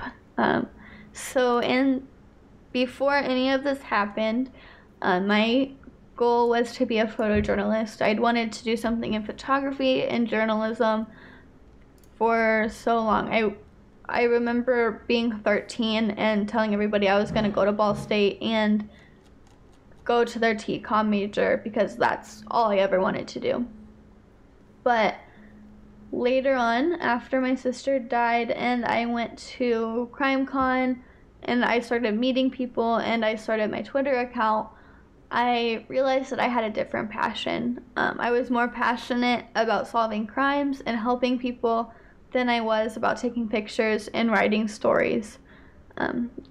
Also could be because I was just having a really bad writer's block, but I don't think that was the case. So I think helping people has been so rewarding that it led me to want to study forensics. So instead of a communications TCOM major, I am studying psychology and forensics. So you're going to have a career in some type of law enforcement or law. She wants to be like social services advocacy type situation. That's what she wants to do. Some type of law enforcement or law enforcement related field. Yeah, so I want something in law enforcement. I don't know what I want yet. I just know that I want to help people in this community that deserve it. They deserve their justice like we do, and I want to make sure that maybe their cases will be solved a little bit quicker if I'm there to help. And there's one thing I just want to sort of jump back. I totally forgot to ask this, but I just wanted to hear you talk about it. The case seemed to really get national attention very quickly. Within days, I think there were lots and lots of different news crews in Delphi. What was that like for you? How was that whole experience, seeing all these national news vehicles and stuff coming to your town and looking into the case? It's a very crazy feeling. Like, you don't ever think that you'll see your sister's face on national TV like that. Maybe I did, but for different reasons. I always thought she was going to cure cancer or something really big, but I never would have thought that her name would be this big for the reason that it is. But in the beginning, it was very annoying because these news people would start coming to our house and knocking on our door, and some of them would look into our windows and record into our windows. And why? That was during the time that we all really just needed a breather. We just needed a minute to collect ourselves. We needed a minute to just try to figure out what was going on because we didn't understand what was happening. This isn't something that happens in Delphi. So in the beginning, we just wanted people to go away. But after sitting down and talking to each other and trying to figure out how we were going to get this case solved, we realized that we needed to talk to people. We needed to get the word out. And I think that's really what made the case go national. I think being out there so quickly, being able to be vulnerable with people and sharing our story so quickly after the murders helped us to connect with people, and we were able to find people that wanted to hear about the story. You know what I think? I mean, that is true, but you have to have two elements. The first element is the fact that Libby filmed and actually, took a couple photographs and filmed and got audio. That's why all these major news outlets, the case became much bigger because of that, and that's why they reach out more likely to the families. This might be a case where they would have anyways, but that's what made it really popular. So it was like the fact that she filmed the killer and got his voice on the video as well. And then they start calling the families, and then it's you being willing to go out onto the shows. You know, that's really important. So there you go. Even though we took a month or so break right after and didn't talk to anyone, after we had started talking to people, people heard about our story in different places. We had so many different forms of media come in and help us. And it was so amazing to have their support and to still have their support and have many of the same news reporters still help us today and message us to tell us how much they still care and still do stories on us. And that's been a really great feeling. And now it's coming up on almost 3 years later. It's hard to believe, but what's it like in Delphi now? What do people think? What do they talk about as far as the case? And do you feel like maybe your family's treated any different? Do they seem to? Do you feel any different or see anything different as far as the town goes? We're all a lot closer than we were before. We spend a lot more time together. As a community, we hold a lot more events. We spend a lot more time enjoying life together because we know that it could have been any one of our kids. It could have been anyone at the bridge that day that was in that vulnerable moment that the girls were in. And so it's a lot. I feel like everybody wants the community to feel a lot safer now. We all we go to the trails, but we spend a lot of time with our family at the trails. We don't go by ourselves. We know that there's cameras at the trails now. We lock our doors, but we feel a lot safer because we know that our law enforcement's looking out for us. So the town has sort of become more safety conscious and protective of everybody. Yeah, definitely. We also watch each other's back. If something happens, we know that we're all there to take care of that person. We watch the people around us too because we know that he's there somewhere. So it also causes us to trust people a little less. And the last question I want to ask you about this, if the person that murdered Libby and Abby can hear your voice, what would you want to tell them? I hope that you're really close to turning yourself in. I want him to know, I want you to know that what you did really hurt our family, but you didn't take our power away. And that our community is so much powerful than you are. We're going to catch you, and it's coming really soon, so I just hope that you're out there thinking about that and dreading the day that we get to look in your eye and tell you how much you took from us and how much we hope that you suffer in prison. That is like the greatest little segment you've ever heard in your life right there. I mean, my God, that's incredible. How can you spin that into something bad right there? I almost want to play that part again. Where is that thing? I want you to know. There you go. That to the killer. What you did really hurt our family, but you didn't take our power away. And that our community is so much powerful than you are. We're going to catch you, and it's coming really soon, so I just hope that you're out there thinking about that and dreading the day that we get to look in your eye and tell you how much you took from us and how much we hope that you suffer in prison. Why would you think that was Ives? You would never say, you wouldn't even come onto a show like this. I hope that you're really close to turning yourself in. I want to get the start of it. What would you want to tell them? Can hear your voice.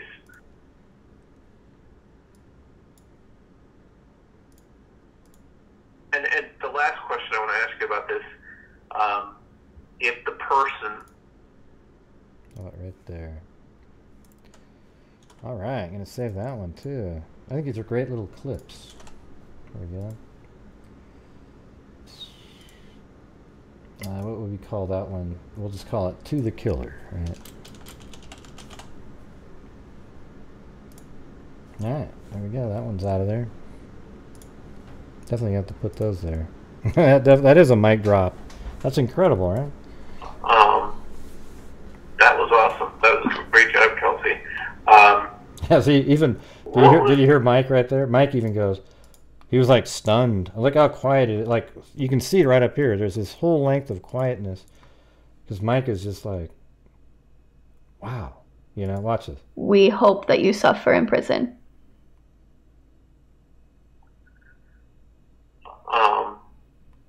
That was awesome. That was a great job, Kelsi. Yeah, he was like going, wow, I mean, that was awesome. Great job, Kelsi. I mean, that's just freaking amazing. Yeah. You wouldn't hear that, though, on the Whack Jobs channel, you know. So. That was awesome. That was a great job, Kelsi. What was the make and model of Livy's phone? iPhone 6. Okay, so an Apple iPhone 6. Okay, so now we're getting into this is really great. These questions that Morph asks here are so insightful in terms of what's going on now. So this is almost like the main part that I thought, wow, this is amazing. Watch this. 6? Okay, so an Apple iPhone 6? Yeah, I think so. Okay. These are just things that we're trying to fill in some holes and stuff. And I think Gray asked your grandma, but I can't remember, about the factory reset. Yes, I asked so her what about happened that. was her phone was glitching, and so she was at Tara's house, and she was trying to figure out how to get her phone to stop because Grandma wasn't going to buy her a new one. So she factory reset it, and it stopped it from glitching. Okay. And do you know if when the phone got reset, did it like... Hey, let's see, Laura Nelson, thank you very much. Really appreciate that. On PayPal there. All right, here we go. Okay. And do you know if when the phone got reset, did it like delete all of the social media accounts, like text messages, that kind of stuff? Do you know if any of that stuff was saved or did it all get deleted? Yeah, it deleted everything off the phone. Okay. Okay. That's weird. How soon before the murders did the phone get reset? Do you know that? See, the thing is listening to Morph. See, Morph is somebody, even in 2017 on my Facebook group called Actual Case Discussion, he made a post in there in like 2017 or 18 talking about like he thought it was maybe catfishing. And, catfishing isn't something, I always tell people, hey, that's not catfishing, because they told us that. However, I still entertained it in various elements, like right here, we came up with these questions, but he was more into it. So like when he's asking these questions, he's literally trying to figure out if that phone was reset. I didn't even know this was on here until today, because I brought this up last night. That's what's crazy about it. He's trying to figure out if that phone was factory reset due to maybe a random, like a catfishing scenario. Isn't that wild? Like, we didn't even know about this till 2021 December. So here we go. And do you know if when the phone got reset, did it like delete all of the social media accounts, like text messages, that kind of stuff? Do you know if any of that stuff was saved or did it all get deleted? Yeah, it deleted everything off the phone. Okay. Then how soon before the murders did the phone get reset? Do you know that? See, that's where he's at. That's where he's going. It was... That's the one this was. The weekend before. Not that weekend, so but like the weekend before that. Like 8 so days. I don't know what the date would be, but Like a week like before. A week before? Yeah, like a week before that Sunday. Okay. And you mentioned she didn't use Twitter very much. She used Snapchat a lot. Did she use Facebook or any other accounts that you know of? She used Instagram, Facebook, and Snapchat. Okay, now I don't even know what this is, but this is just something I wanted to ask you. Did she have a VSCO of Instagram account? I don't even know what that means. Visco? I guess I don't even know what that is. Yeah, that wasn't a thing then, I don't think. Facebook and Twitter, and that's it. Everything else I don't know about. Yeah, VSCO is a thing that came out recently. Okay. So VSCO's like just pictures that like very white girls use. I don't even know what she was saying. Did she use that? Was that out at the time of the merger? I don't even know. It might have been out, but it was not like a thing that people used. Like, I know that I didn't use it. Okay. Now, and I know sometimes parents or grandparents or whatever want to keep tabs on what their kids are doing online. Did your grandparents or anybody else in your family have like any kind of way to monitor those social media accounts? Or were they friends with her on any of those social media accounts? They were friends with us. We had to be friends with them on it so they could see what we were posting. And I'm sure that they checked our messages without us knowing because they had our passwords. Okay. So, yeah, that's one thing I wanted to ask. Okay. And this, do you know if Libby had a 19-year-old male friend? I've heard that, but I don't think it's true. Okay. Because that's the one that they're saying. And this, do you know if Libby had a 19-year-old male friend? I've heard that, but I don't think it's true. Okay. Because that's the one that they're saying I dropped them off at the house or whatever. Yeah, that didn't happen. That never happened. Okay. And then there was something. Somebody said that a boy was invited to meet the girls at the bridge that day, but couldn't. And he was. I think this boy they were talking about was interviewed on a podcast. See, what's interesting about that sort of sounds like what the Anthony Schott's account said that. Oh, I was supposed to meet her there, but. And he was. I think this boy they were talking about was interviewed on a podcast, but the podcast. That's not true. Down. This is a fake story. Yeah, the girls did that very last minute, so I don't think that they invited anyone. But that's the same person that said that I dropped her off at a 19-year-old's house. So I would say he's not very credible. Okay. And I went through all of her messages, and Libby would send text messages on Snapchat and save the messages, and there were no messages sent to him that day. Okay. And I know, so this is a quote here from Sergeant Riley. He said, parents should make sure they know where their children are and what they're doing, and if nothing else, know what is going on in their lives. Do you have any idea whether he was speaking to about anything specific with that comment? I don't think so. I think he just wanted parents to watch out for their kids, to know where they were, especially because this guy was out there somewhere and we didn't know who he was. We don't know who he is. Gotcha. And then one last question. So you mentioned the shoe was found. Did it turn out to be Libby's? I don't remember whose shoe it was. And actually, I just talked to her recently. I brought that up to her. I go, you say that, but she knows what shoe it was. She just realized she wasn't supposed to say whose shoe it was at that time. And so right there she says, I don't know whose shoe it was, but she knows it was Libby's shoe. She said she even knew exactly whose shoe it was early in the interview, but then she realized she wasn't supposed to say. But I'm bringing it up now because now it's out there that it was one of Libby's shoes, okay? So it doesn't matter now, but at the time of this interview, it wasn't supposed to be out there. Does that make sense to everybody? Does that sound rational to all of you? It won't be, though, however, to the wackos. Okay, that's how it works. I don't remember whose shoe it was. Okay. And do you know if the shoe was found on the bridge side of Deer Creek? Yes, it was found on the opposite side the girls were on. Yeah, so about where I have it. Somewhere down in here. Okay. You know. Perfect.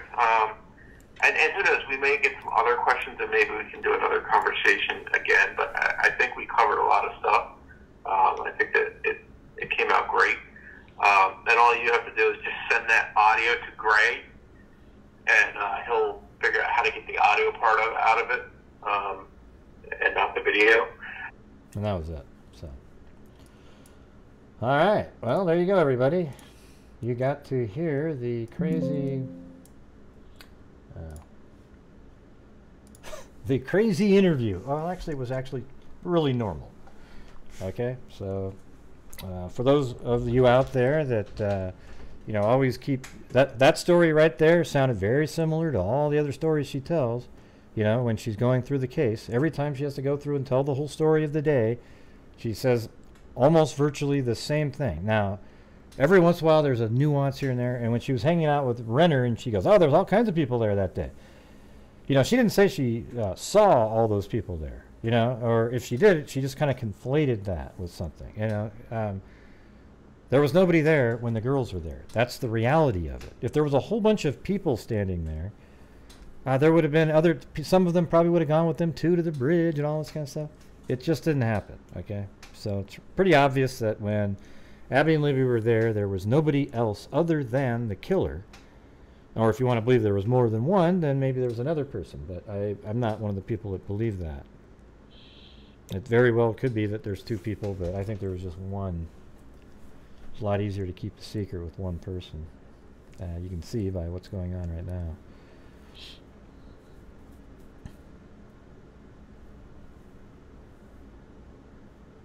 I thought it was odd of him to say, how would he know that's so...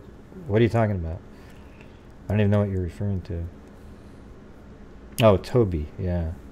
Yeah, that was dumb when he said, oh, we're safe, everybody. It doesn't... The only part that's odd about it is that it's odd that law enforcement does that often. They say the same thing. They don't want people to panic, so they try to tell, oh, it's safe, everybody's safe, without actually catching the person. And there's every once in a while, one of the law enforcement officials says, yeah, no, I would make sure that you monitor, and they tell you the reality of it. Like, be cautious, wary, that kind of thing. Hey, thanks, LM and Carolina EHS. Hey, by the way, does anybody have the address that you can put in the chat for where the Flora fire was, really quick? Just put it into the chat. Anybody? It'll be your quick sleuthing move. I'm sure I could find it if I type it in. Let's see.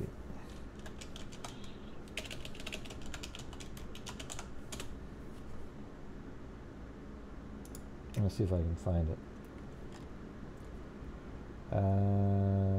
Fire. Are you sure about that? Hold on. That's not in that article.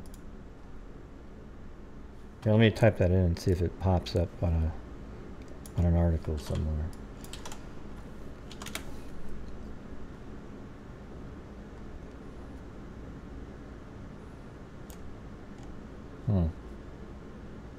Oh yeah, yep, there it is. 1 year later. Okay. Alright. So, hold on a second.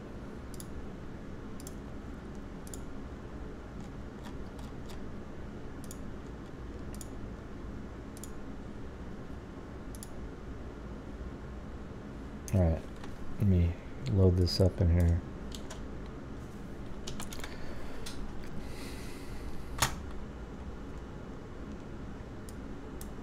Look how small Flora is. Just tiny. And it's interesting, it's on the way down to, you know, he would, like Derek would drive through there probably to get down to where he did that job.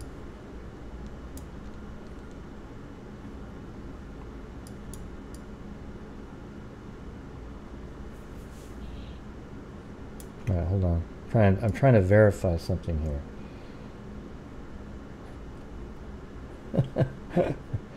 I don't know. Hold on. I gotta do something on. Somebody's making a claim that I have to go verify really quick. Google Maps. Look at maps. Oh, there it is. It's funny, that's the only address in the country with that address.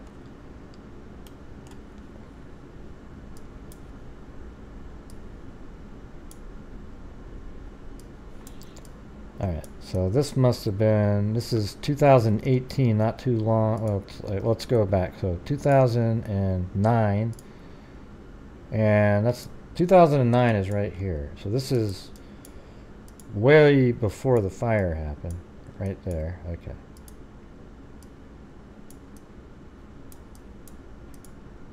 Alright, so somebody's making a claim that the I'd have a hard time believing this is true. Okay, so I gotta go load it up. You guys will see it here in a second.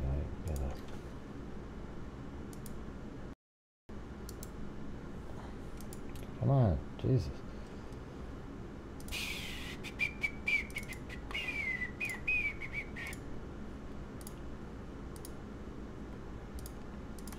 All right, so in one of the Anthony shots images, you know, the image where he does the vroom, this, no, that's not it. God damn it.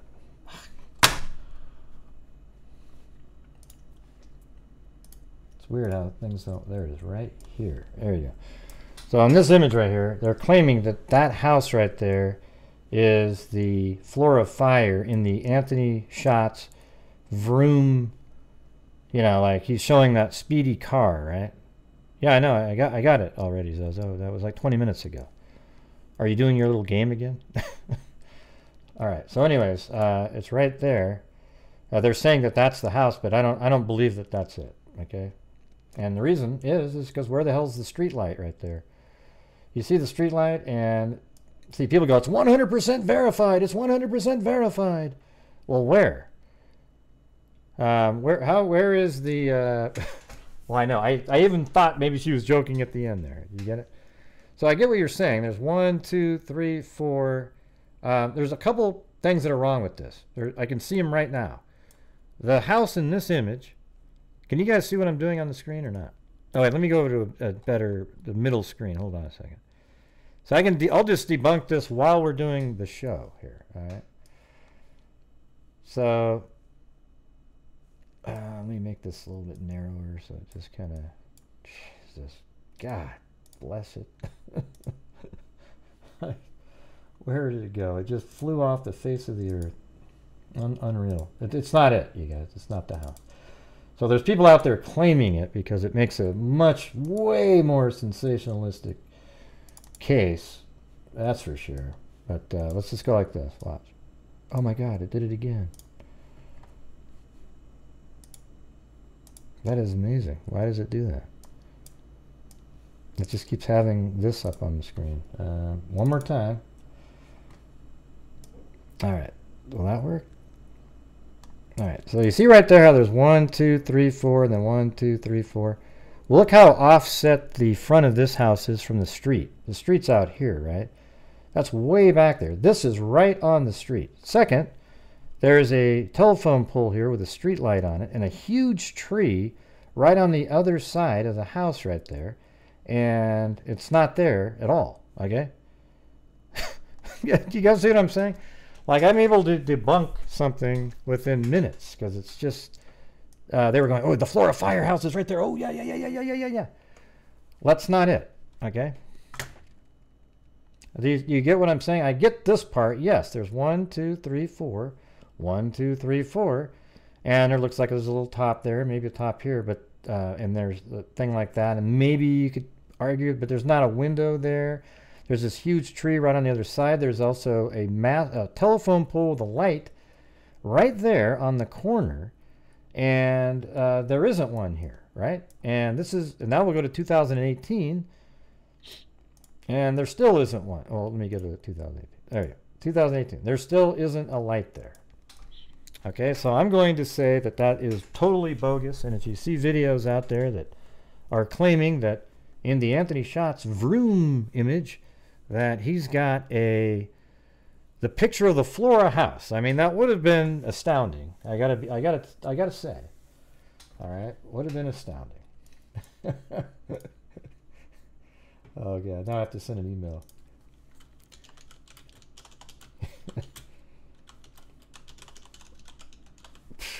That's hilarious.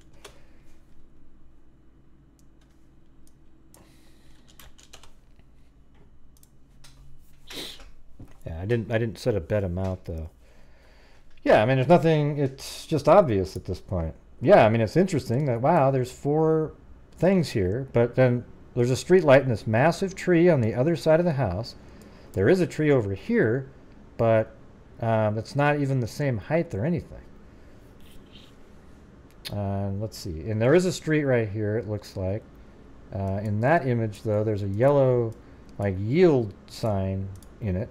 It appears, like, right there on another pole, but there's this telephone pole there, and what else can we find out? Yeah, and this street doesn't look the same.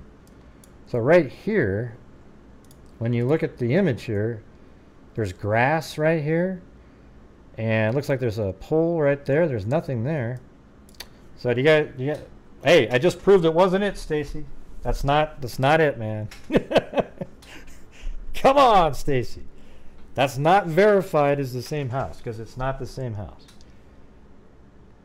Yeah, let's just. I just wanted the address to check it out. So let me show you while you're sitting here, Stacy. Watch this. So yes, there's 1, 2, 3, 4. 1, 2, 3, 4. But look at this right here. There's this huge street light here. Do you agree with that, Stacy, that there's a street light in front of the house? Right there. Okay. Then look at the offset. Here's the street back here. The house is back from the street. Now look at the actual Flora firehouse. It's right next to the street on the sidewalk, and there's no street lamp there with the light on it. All right, let me zoom in on that for you then. See? Right there.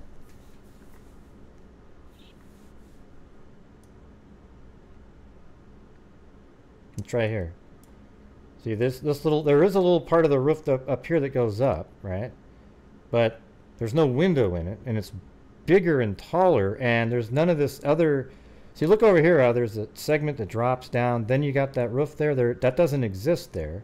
Plus there's a street light right here that has, it's, you know, it's right there. I mean, what are we going to do about that? It had to have been there at that time, because we looked at 2008 and 2018. This would have been taken in between that, because this happened, this image here is from 2017. So they didn't like put a street light and then remove it within an 8-year period. Yeah. So again, let me just, this part here is kind of the clincher, is that you see this roof right here, excuse me, how the slant is massive here, and there are the 4 pillars, and that's it. It just goes up like that. Now if you look over here, you see that little angle thing, but then there's this whole other roof segment, and then 2 windows right there, and then the top here. It just doesn't make, it's just not the same. It's not the same house. But man, that would have been an interesting story, I got to tell you.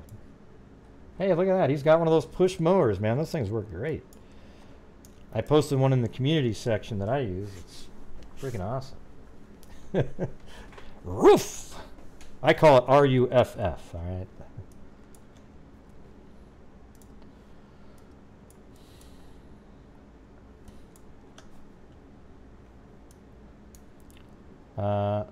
Let's see. I just came in and this was on, wasn't prepared. Well, I'm not really throwing you under the bus. I'm just flipping you crap, Stacy.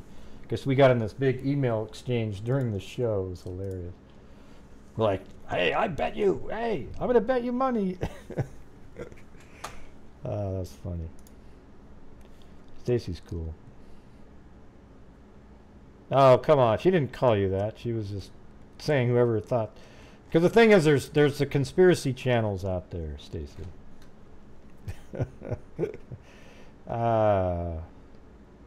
I think that the police are interested in Tony Klein.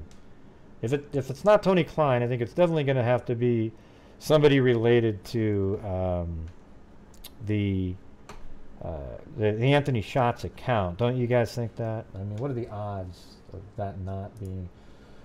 I think what you do is you just sort of look at it like a rational person and go, wow, okay, so you've got this after they re-upped the case, started it over again, it led to a catfishing account that, in further investigation, led to one of the largest child pornography rings in Indiana state history because of a drop box that Kegan Kline either created, I think he created and had access to from their home. That's interesting. Then you have the fact that the Anthony Shots account was communicating with Libby on that very weekend and the morning of the murders. What are the odds of that, right? What are the odds of that? Then the phone that was being used to communicate with Libby on the day of the murders was not given to police when a search warrant was served at that house on February 23rd, 2017, and instead was not given to him. And when he got home from being given the lie detector test, he went in and started uninstalling, deleting, uninstalling, uninstalling, deleting, and over a 2-day period just kept trying to write over stuff. And then he calls the police and gives them that phone. And then prior to law enforcement getting there, he was in Las Vegas, where he had a Samsung telephone that he factory reset while he was there. What the hell was on that phone, we might ask ourselves. Then you have a situation where law enforcement believes that there's 2 people using that account, and don't forget the Emily Ann account that was used to catfish girls and grooming them to be accepting of an older man, somebody in his 40s, let's say, 40s and 50s, and that sure as hell wasn't Kegan Kline. So who was that person trying to groom the girls into accepting? All right, so I could sit here and do this kind of thing for another 10 minutes, just rattling off shit.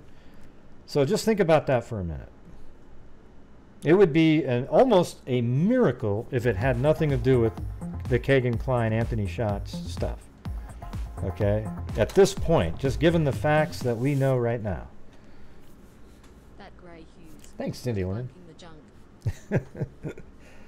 Oh, that was funny. Oh yeah. Well, I just started doing that right then, Stacy. The part about it was the interview was over with Kelsi, so I just got that and I thought, that's interesting enough to go check that out, but I was almost positive that it wasn't going to be real, because what are the odds of that? And so I brought it up on the screen and it just isn't the same. I see what you're saying. There's 4 pillars, and a sensationalistic channel that doesn't really care about trying to figure out what the reality is going to point that out and go, ooh, look at, and it'll work, like what? You go like this, look at,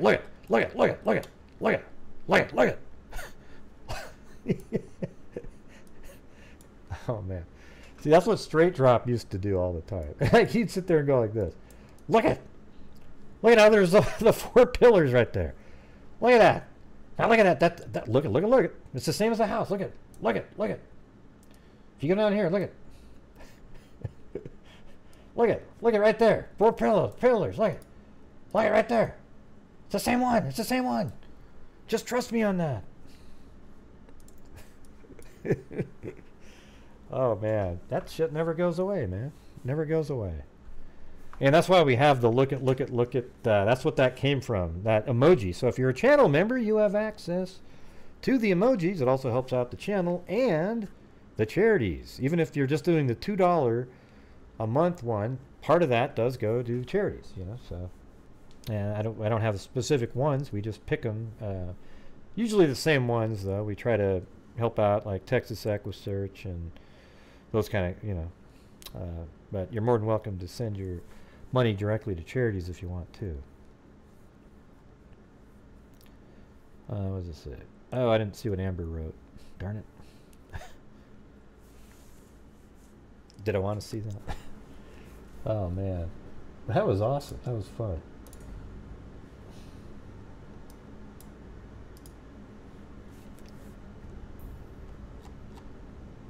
Yeah, and by the way, Stacy, if you go back and listen, and we just barely brought that up for 2 minutes. You just happened to tune it in right then.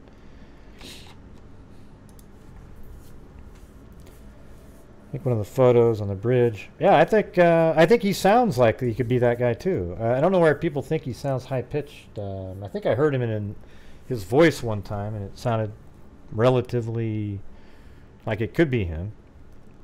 I can do it pretty well myself. Watch this one. Hey guys, wait, guys, down the hill. Guys, down the hill. Guys, down the hill. Pretty good, huh?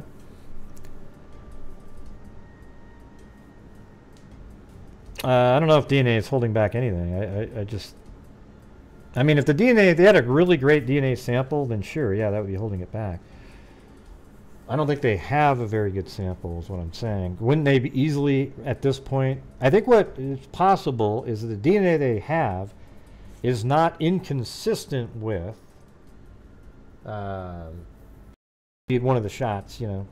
Both of them, I mean. It would probably be both because they'd be pretty closely related. And so maybe because it's not good enough to do like an actual comparison.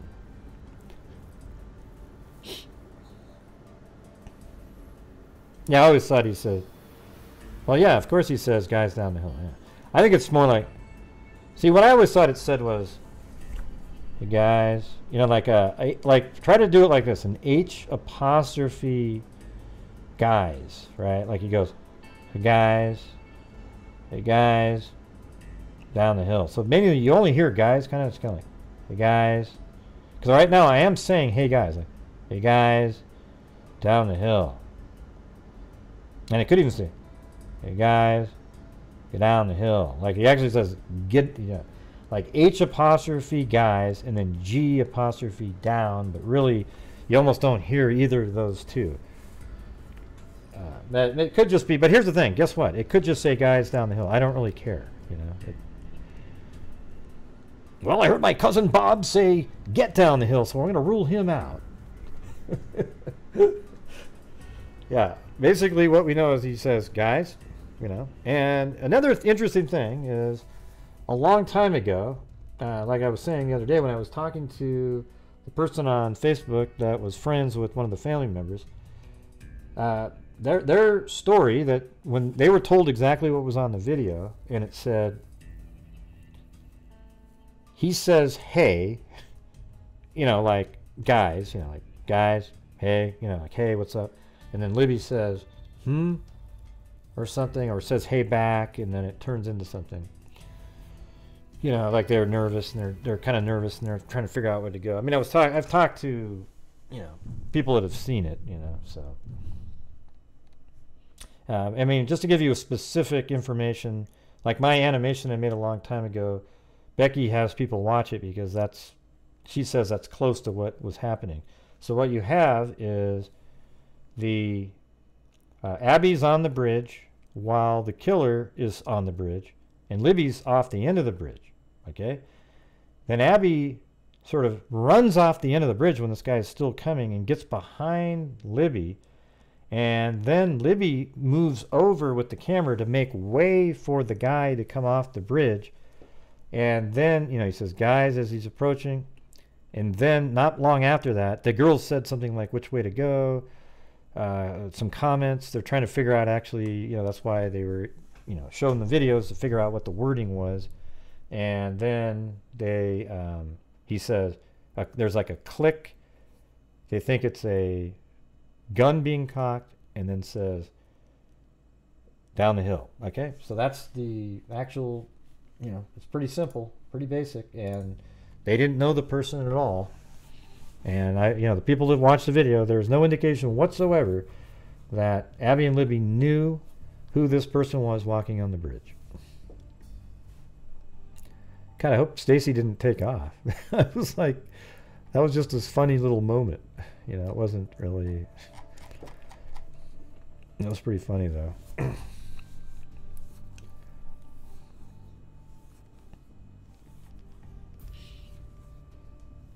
Well, she was just reporting what she saw on a YouTube video or something. I don't know. I mean, she was kind of excited about it. I could see why. I could see, like, if you didn't really want, you know, didn't go check it yourself, you'd think that those 4 columns might be the same 4 columns, but it's not. yeah, I mean, the gun is going to control them. And by the way, the phone lines are open if anybody wants to call in and talk about what you got out of the interview or anything else. Yeah, no big deal.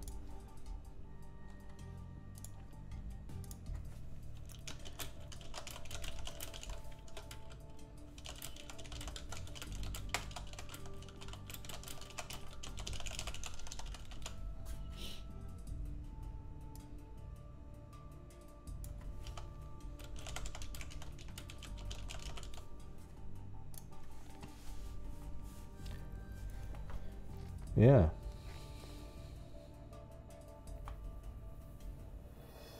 Have you ever done a video about the fire? I did it. I thought I did a show a long time ago about what was that one really interesting one when it was in the area? It was like, I thought it was the Flora fire, but I can't find it. But there was this other fire where the family died, and then almost like there was another fire another time or something. It was weird. I don't remember that one. It was so many years ago. Yeah, the thing is I just cover cases that I want to cover, you know, and I might look at that one day. Yeah. And if I do, I'll just go do it the same way that I do it, you know, get you know, some newspaper articles, put them out there. You know, when I was watching Carter, he always seemed like he is implying that somebody in the family is part of it. But I don't know if that's reality or not. You know, and I don't really have a strong opinion on it. What I think is weird, though, is when people post the Flora fire in Delphi groups as if it's... Why don't you make a Flora fire Facebook group and only talk about that in there? Wouldn't that be more respectful than trying to lump it into the Delphi case? Everyone's like, why aren't you talking about that? Well, how come you don't give it the same level of respect by creating, you know, a whole bunch of Flora fire Facebook groups? Wouldn't that be great? All right, I gotta go use the restroom for a minute. But if you'd like to call in, the number's on the screen there. And if you don't, then yeah, go ahead and ask some questions or something. Maybe I can answer some.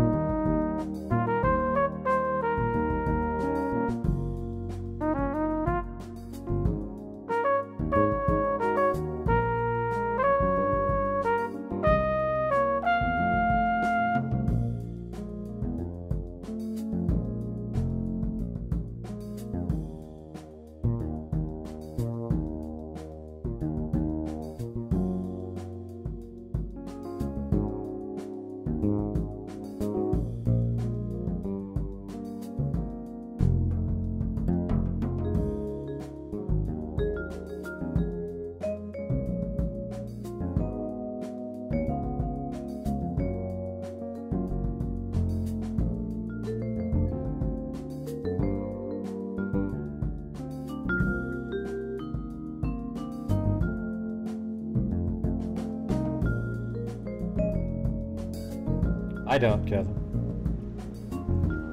All right, here we go. I'm gonna do some Jello here.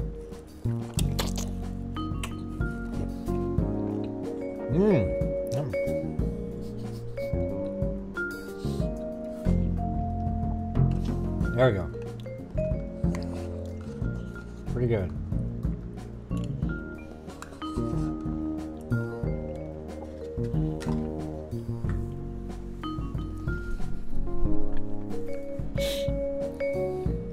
What's going on? What's going on? Just suck that sucker down. Hey, LM.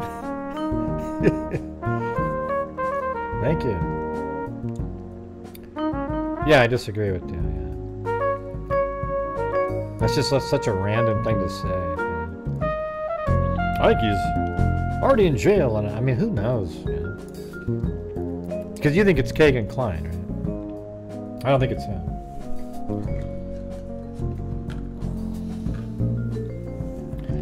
What was the other one I heard today? It's always like, oh yeah, hey, do you think it's possible the killer died of COVID? I mean, what a ridiculously unproductive conversation that is. They should look at people that died from COVID in the area and then try to, and do what with it?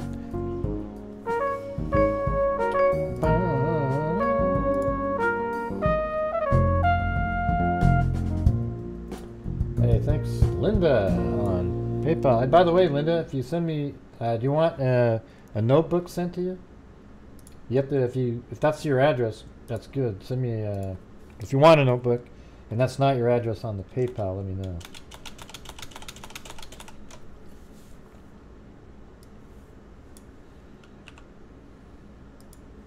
Yeah.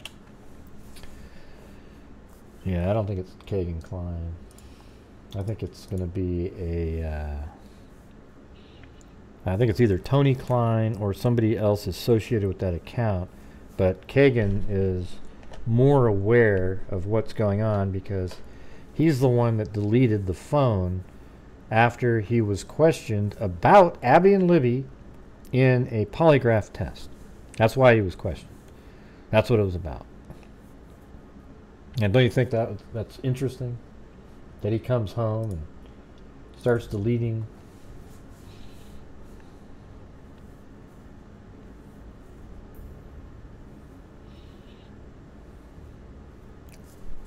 Huh? Huh? Let's see. I'm just reading some comments here. Hello, Captain Howdy.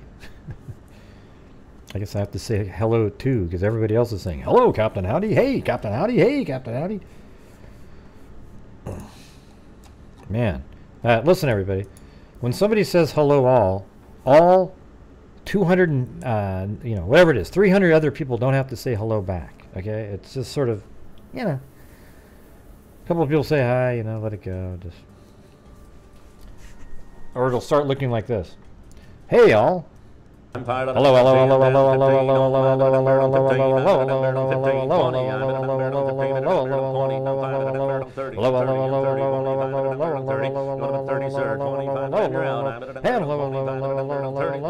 hello,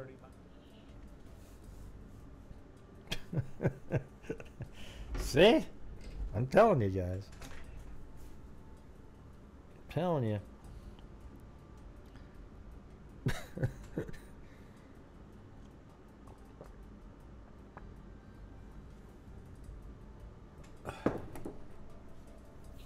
Man, could you imagine if 40 people in a row said hello?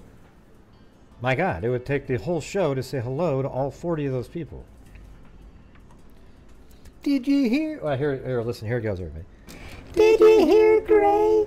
He was getting mad that people said hello to somebody. No, that's not really how it went. I'm just talking about every single person. Okay. Yep, that's right. Well, any other questions out there? I was hoping people would call in, you know, Why don't you call in, Captain Howdy?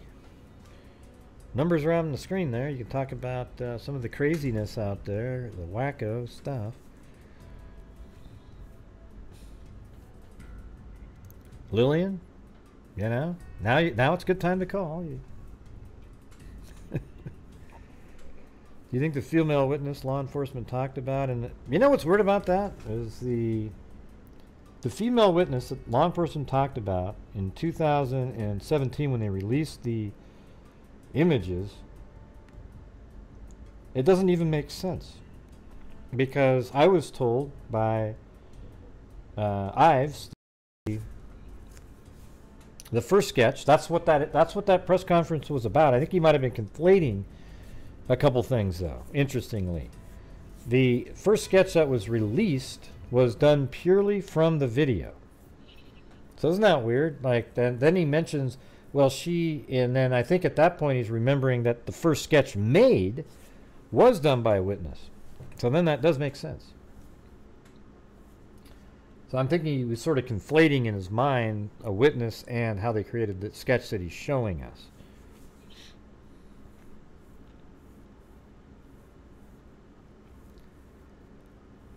Yeah, we don't know tomorrow.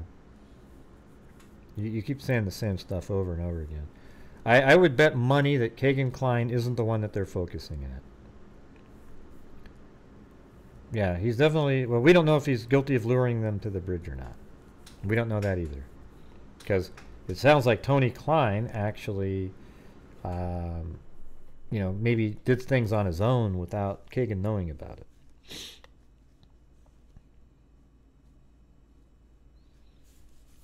Do you think that woman cop who got assigned to the lie detector test that got killed in her house fire? No, I don't. Yeah. I don't even know what that means. Like, so the one that gave Kagan Klein a lie detector where do you guys get this stuff? Man. Huh? They specifically said they are taking a turn in the case. Yep. I think it's definitely what it was. I think in 2019 they were already on it. That means earlier in the 2020 is when they interviewed Kagan in the 194-page document. So it wasn't too long before that where they were already onto him, obviously. Yeah.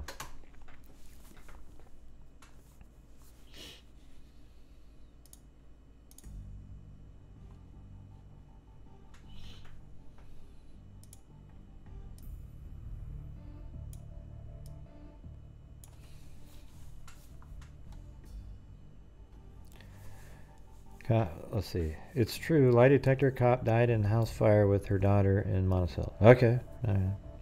And when did that happen? And that's the lie detector cop that... I mean, how do you even know what the person's name is? The one that tested Kagan Klein. How do you know what that person's name is?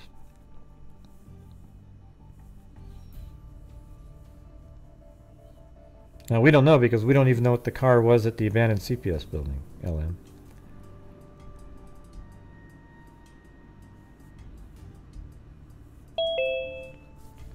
Yeah, just somebody claiming it to be true doesn't make it true.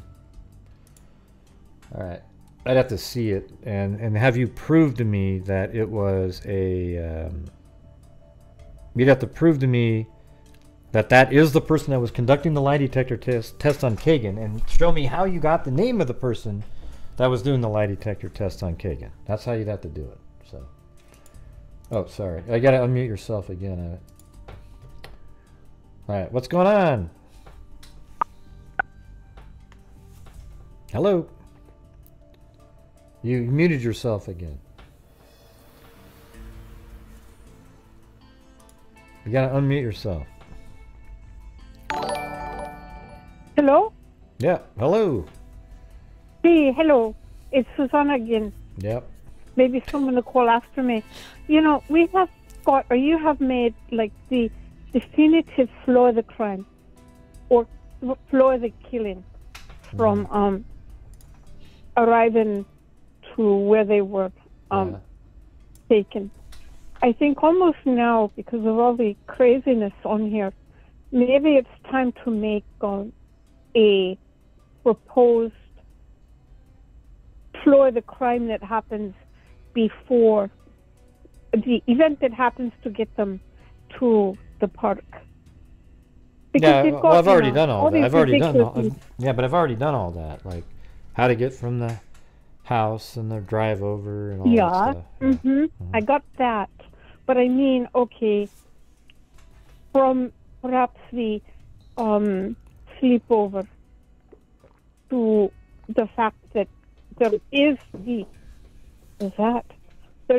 Keenan Klein, and go through that and say, right now, this is the idea that the police appear to be running with, and maybe we should concentrate on that rather than fires in places and Kelsi and whatnot, because maybe having it written out with events could redirect some people, because we know the flow of the crime redirected a lot of people. Yeah. I mean, I think it's just kind of out there, like they were at a sleepover, and I'm not sure what we would get in terms, what you're even referring to. Like, I'm not sure. What I'm referring to is perhaps cement a little bit better the fact that the child was catfished and then groomed for whatever happened. Yeah, well, they're not giving us enough information to be able. All we know is that there was communication with Abby. Man, that fly just freaked me out. With not with Libby. I don't like that fly. That fly's weird. The communication with Libby on the phone during the sleepover, and then also at the morning of, but we don't really know what was on it or anything. True. Yeah, I know. I just find it, like everyone else, I'm certain. Excuse me, I dropped the tablet. Yeah. I find it annoying that now we're going into another set of circles, and those circles are hurting. Excuse me. I feel badly for the fact that this is now personally hurting people, and there's no reason for it besides being set off by some idiots on another YouTube channel. So either we debunk the idiots on the YouTube channel, or we pretend they don't exist. Because now I think,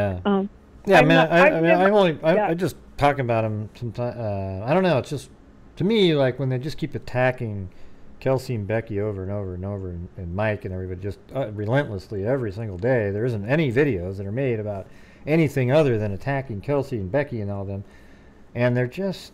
It's just ludicrous, so I'm not really sure. Yeah, I mean, talking about them makes more people go watch them, maybe, but I don't say their names.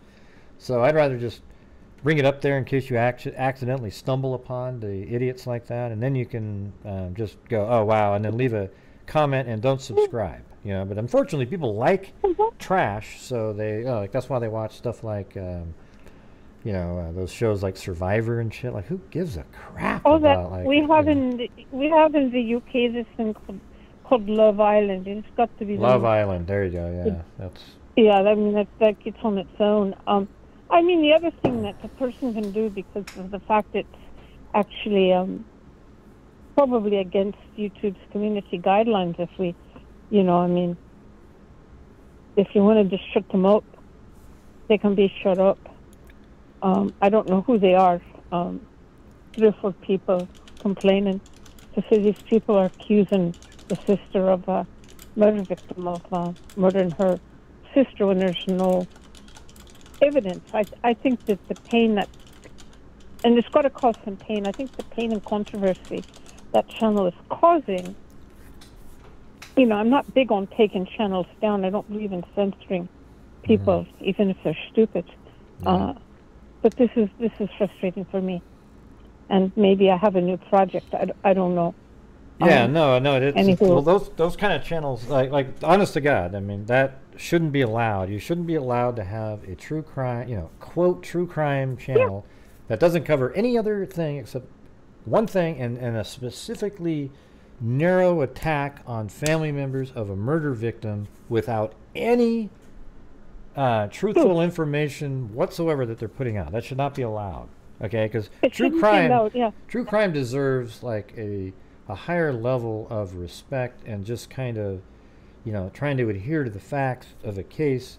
You know, you're not always right because sometimes it's reported incorrectly or whatever, but you try to do the best you can instead of just inventing stuff out of nowhere. You know, I think it's disgusting. Well, it is disgusting. Sorry, that's my phone. Do you think they're really doing it because they believe it? I don't think they're doing it because they believe it. I think they're doing it because they're a little bit warped and they want attention.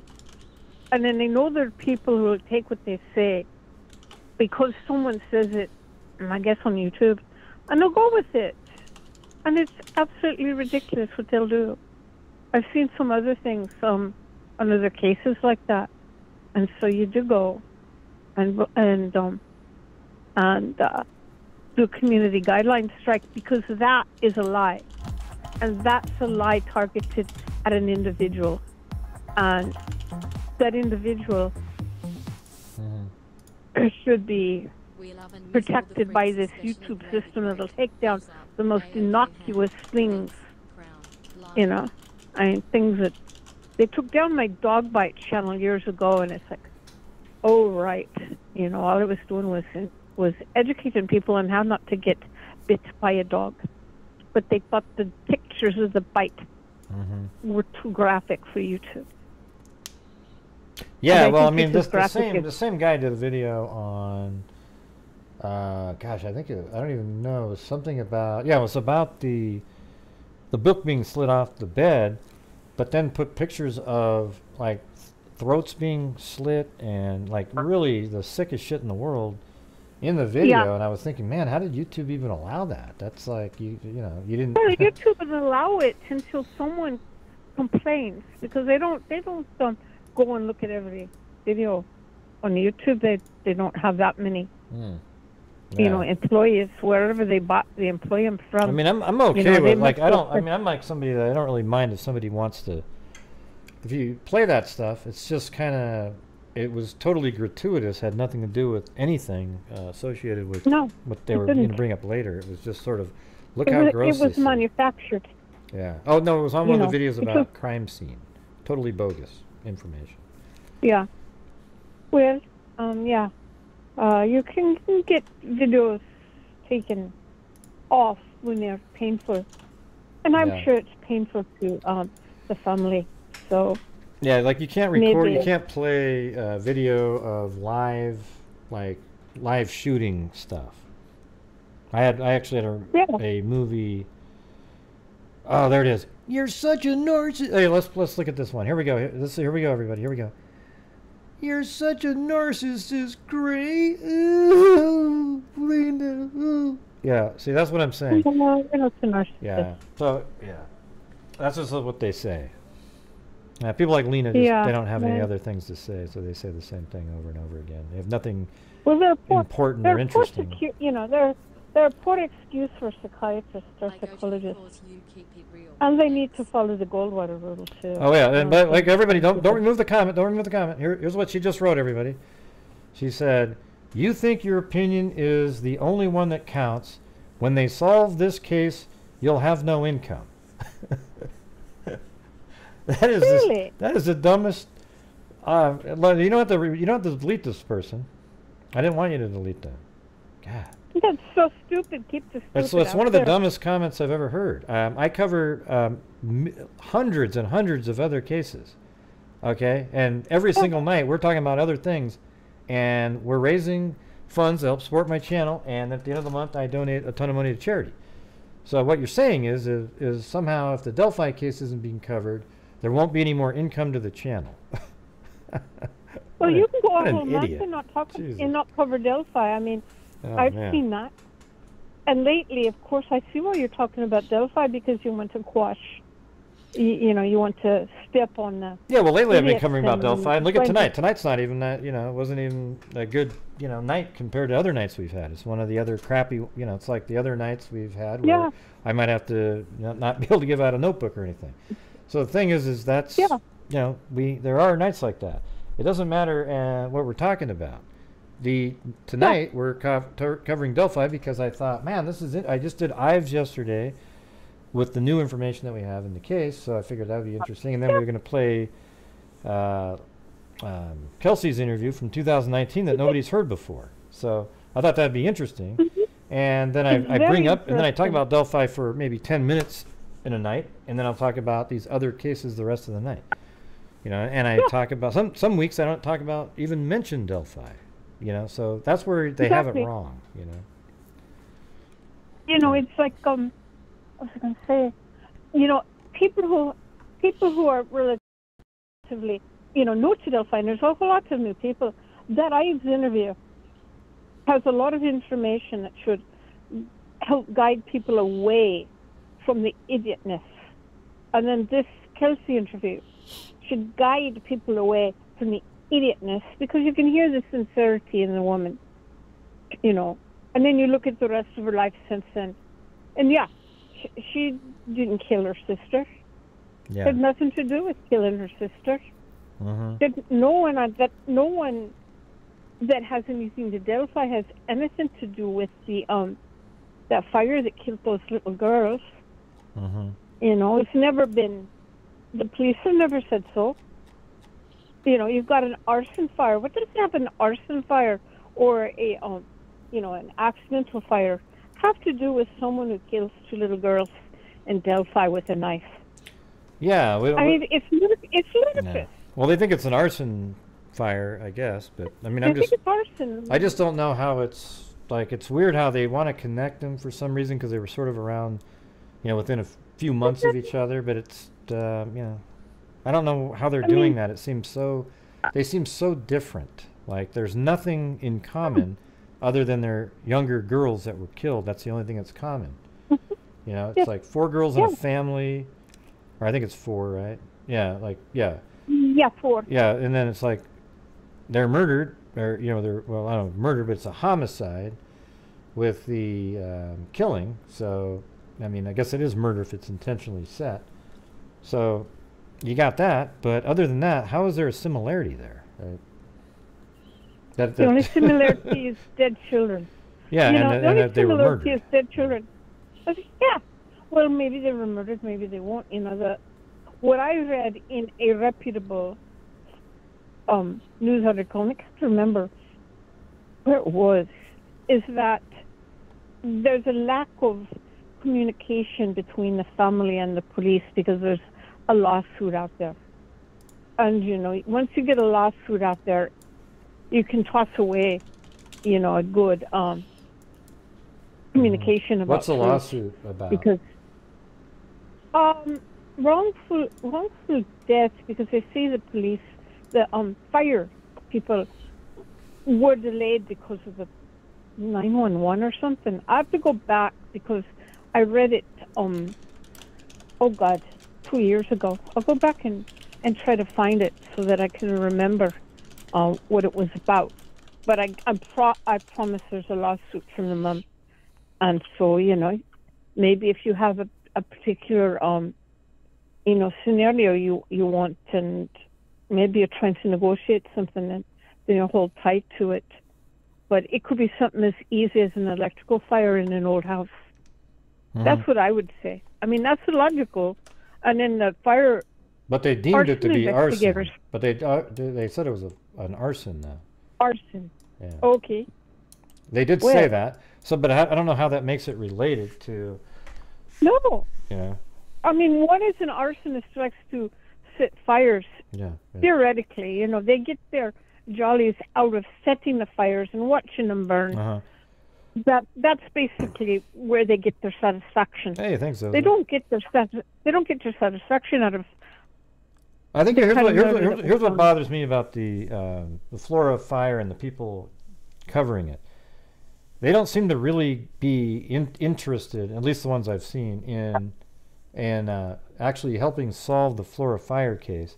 They spend their whole time trying to see how it fits with the Delphi case. It's like, ooh, hey, you know, they keep trying to find this way to make it work and fit and everything, instead of really just saying, screw the, you know, in that case, screw the Delphi case in that one. Just focus on the Flora fire and do it. Now, if you're doing the Delphi case, focus on that one and screw the Flora fire. Just don't pay attention to those. You know, but it's weird how it's just, ooh, let's make them connected somehow because they're kind of in the same area. So we just gotta do it, and that's what people do. It's same area, you know. I mean, you look at called sensationalism. The people that, you know, there's no connection between the two families. So where you're looking for the connection, I don't know. And I don't know why a grooming, you know, for pedophiles would relate to setting a fire in a house in another small town down the road or whatever. I think people are just easily led. You know, it's, oh yeah, there was a fire in Florida. Oh, they're dead. Therefore, they must be connected. Yeah, I'm just saying. I mean, you know, I'm trying to, when I say, you know, screw that, I just mean don't focus in on that. Don't add it to it, because when you start going, what happens with the Flora fire, everyone tries to lump it in with Delphi. And when they lump it in with Delphi, then it does a disservice to the Flora fire, because everybody starts then talking about the Delphi case because it's more popular. Yeah. So if I ever do cover the Flora fire, I'm just going to do just that case. Yeah. Okay? Like I normally do. Yeah, it's only, you know, gives justice to those 4 little girls. I think they were girls. Might have been a boy in there too. But the 4 children, they were young, you know, and how they died is worthy of investigation on its own, and nothing to do with Delphi, which is worthy of its own investigation on its own, and God knows it's gotten it. Mm-hmm. And it's gotten now so far that people are combining the two, because you've got some people who are easily distracted, mm-hmm. you know, can't keep their eye on the football. Yeah.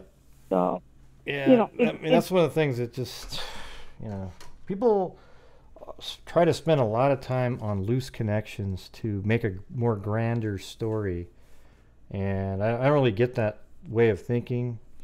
I'd be ashamed of myself if, like, I sat there and I just tried to, like, people go, well, Gray, you did that in the Gabby Petito case when you said it was the same.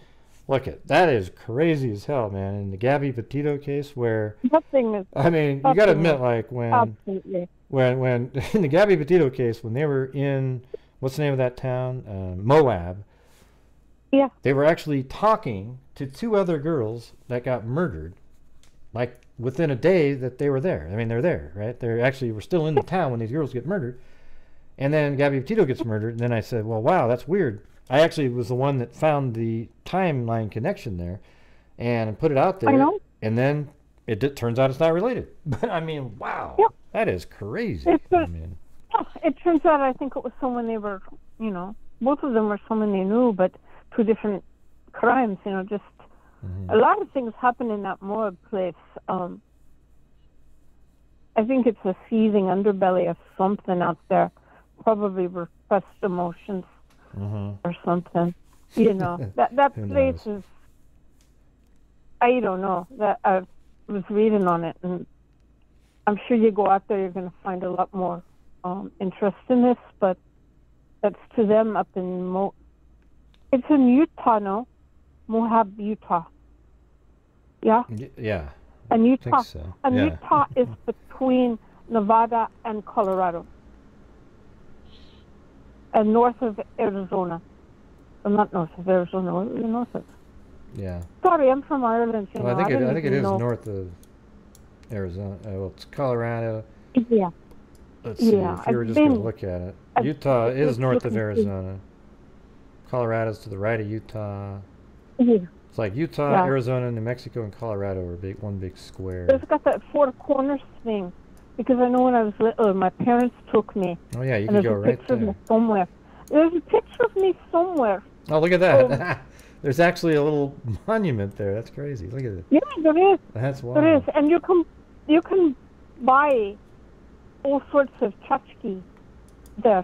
Oh, look at the car. Hey, everybody. Right now on the screen, we're all standing in 4 states at 1 second. Right now, we're right in the middle of this thing. Yeah, right. There you go. shows you all the different states you'll be in. And then there's an intersection right there you go. Right there. And you can be in all 4 states. And there's a picture of me that my parents took when I was little in all 4 states. And I was trying to, you know, on a map, figure out all the American states. And I do fine until I get to the middle, like where there's an Ohio and a Indiana and a Iowa. They all seem alike to me. But yeah, you can get, they've got a restaurant now. Yeah, they had a little restaurant there. Yeah, that's nice. One day we're going to take our girls there, and then we're going to get them to grow up, but we're going to take the family there and get the same kind of picture because it's fascinating. But going back to the Delphi, the first logical information, idea was, of course, it was some sort of rogue serial killer. And now we've got I like that. That is too cool. Yeah. Where's Capitol Reef? Well, I don't in know. there? Yeah, but I don't know either. Funny how I digress about the Four Corners. Except I've been there. So. Yeah, well, I mean, I don't want to. We've already kind of done the talk about the Delphi and all that. Yeah. I think I'm just going to wrap it up. Yeah, and I know who. It's a crime shame they didn't have the dogs out that night. They would know precisely how they got out of that place. And I've said for 2.5 years they went out to the cemetery, and now I feel validated because, you do too now, and I like that. And yeah, I remember I didn't really know. Well, I didn't really know. I mean, I wasn't sure. Like, I don't know. I don't even know how any other way to get out of there, other than just kind of walking through the woods around. Yeah. Yeah, when you're searching for somebody, you're trying to figure out where someone goes. You have to try to immerse yourself in the scene and in the scenario. And so what this person wanted was to kill those girls, and he probably took a few risks by walking through the normal entrance to the park, walking across the bridge, and that. But once he had done what it is he needed to do, and he got his artifact, which I do believe is a snuff film, all he wanted to do was get out. And the only good way well, the snuff, it's the only way to get out is to go through the cemetery and to get onto the road and cut down. Exactly. It's actually safer. It's an easier way not to get identified too, because people driving in cars don't notice your face or anything like that. They just drive by. Whereas if you're walking on a trail, you walk right by. Someone on the road. Yeah. Yeah. I mean, you could even go through the brush if you want. I don't think he did. So, that's the goal you want. You have to figure out, okay, what was the goal going into whatever situation? And we know the goal. And then the secondary goal is to get out with his artifact, and he's going to go through the cemetery to do that. He's not going to cross back amongst the people looking for the girls. I'm surprised he stayed as long as he stayed. Oh, wow. Another call came in. Oh, God. No, they got out of here. They got out of here. But anyways, I'm going to move on. But, hey, thanks for calling in. It was fun. It was fun to see the Four Corners and all that. Yeah. Anyways, all right. Okay. All right. See you later. Okay. It's not too late. You started early today. Thank you. I did. All right. Yep. Okay, bye-bye. Bye-bye. Susanna Nicola Padre. Yeah.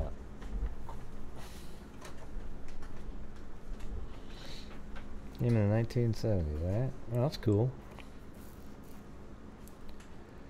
Yeah, so if you can prove to me that you guys said that she was the head of. Let me just, for a minute.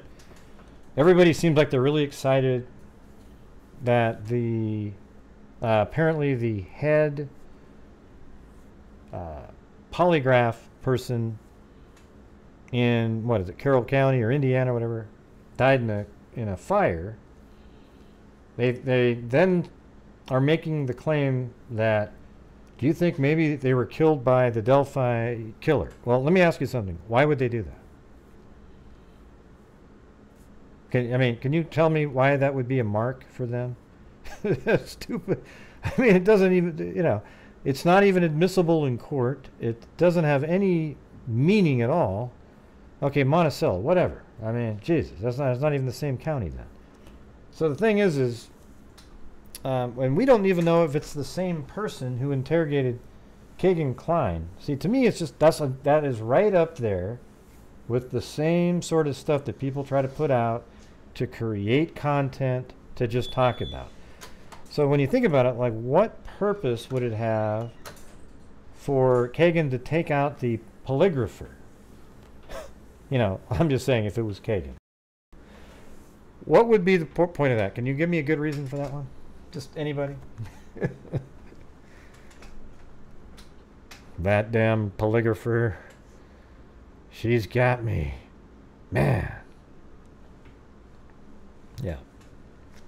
Well, first, we don't even know, so you gotta prove that polygrapher is the polygrapher that was a polygraph tester for Kagan Klein. Then you gotta figure out, well, did they rule the fire in arson?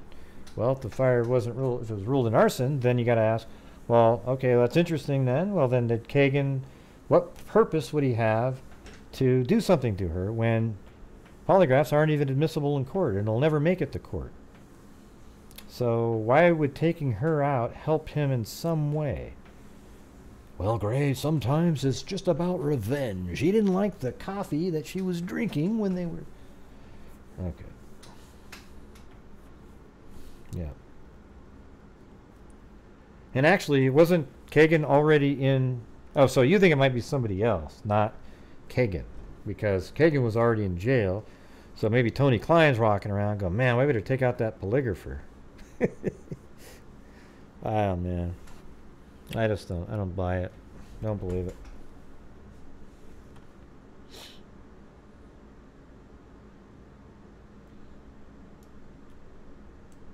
Huh? So, anybody else? Anybody else have anything? Somebody called in and they hung up really quick. They were probably just checking to see if it worked. The troll scenario.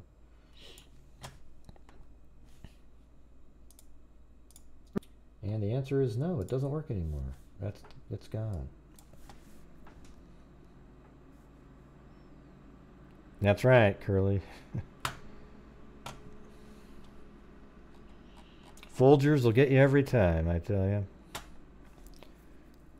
When I was a kid, I'd watch those Folger commercials. I'd just think, man, that guy, he makes that coffee look like it's the greatest thing in the world, and I don't even know what it tastes like. But man, do I want a cup of coffee as I'm 3 years old sitting on the fireplace hearth. Yeah, it's just, you know what I'm talking about? Those guys, they get that little cup of coffee and they just sit there. And I was always imagining what it might taste like. You just sit there. And, I mean, even as a kid, man, that really worked. And then they had the ones with the, what is it, it was like chocolate milk. What was that really good chocolate milk? Was it Quick or something? Or where they had this guy, this little kid, and he was mountain climbing onto the countertops, reaching high to get the mix for it. Right? And then the operation ones where you got my funny bone. Yeah, I think it was that. Was it Nestle? The one where they climb? It could have been. Yeah. That's crazy times. Yeah, Nesquik. I think that might be the one. I'll tell you, one of the worst things in the world is those ridiculous. What were they called? They looked like licorice sticks, but they were for like astronauts, and they were pretty much silly putty colored. And you silly putty after you've used it on newspaper for about a month. So that color, and you eat it, and it wasn't even that good either. But boy, they made you feel like you're like the astronauts. You eat this, and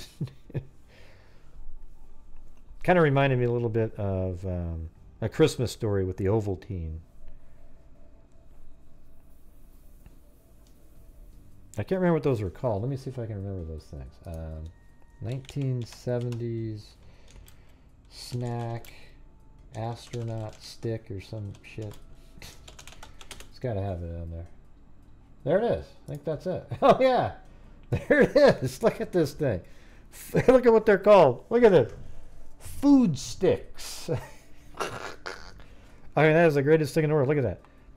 Pillsbury food sticks. A balanced nutrition food. You know what I think? This was right there when the movie Soylent Green came out. You know, because look at this. Just food stick. We don't need to know what's in this thing, by the way. This can just be whatever you want it to be. It's just food. You gotta admit, that's pretty crazy right there. That's exactly what, see, it wasn't really, it was not really that's the color it was. It wasn't the silly putty color, but it was close. But this one I seem to get more than most. Yeah, there it is. Chewy peanut butter food stick. Yeah. And thank you, Ellen.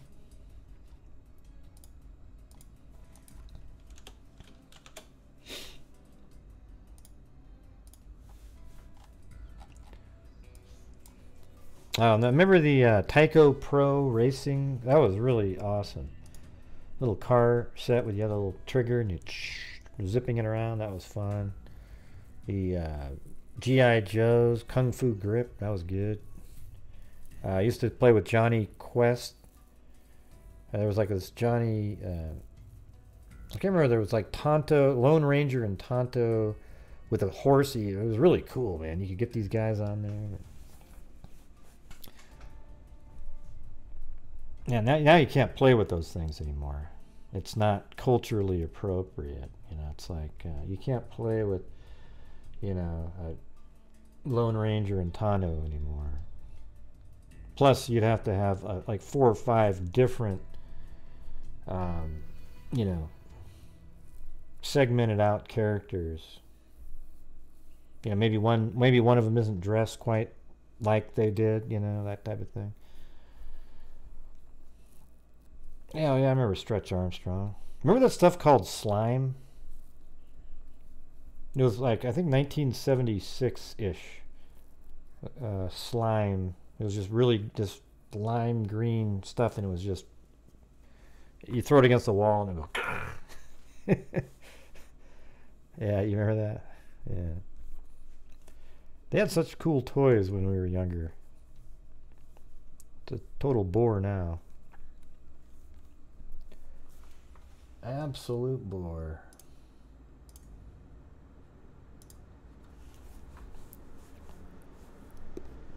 Yeah. Well, tomorrow, you guys, we're going to be talking about, you know, it's actually, you know, child exploitation. I looked up all these different things that have been going on actually in Indiana, because I was just kind of thinking, you know, it led to some of the largest arrests in Indiana history, and there's all these different cases over the years, and you just kind of, I just want to look at them because it's such a huge thing that's going on. And there's even an article from 2000 that was in the Indiana newspapers that was really pretty amazing. It was about internet predators in 2000. 2000 is really, you're right at the beginning, like the infancy, not completely, but the internet wasn't really that big in 2000. It was just becoming huge. That's when the internet boom started. But you know, like 90, I would say internet became big like in, you know, 92, 3, 4, 5, started going up like that. But it's really early on. It's way back there. Yeah, Silly Putty was good. Remember Lincoln Logs? That was fun. Legos before they actually gave you the entire built city before they handed it to you. Yeah. Oh, I wouldn't doubt that at all. Sniff hair. Don't care.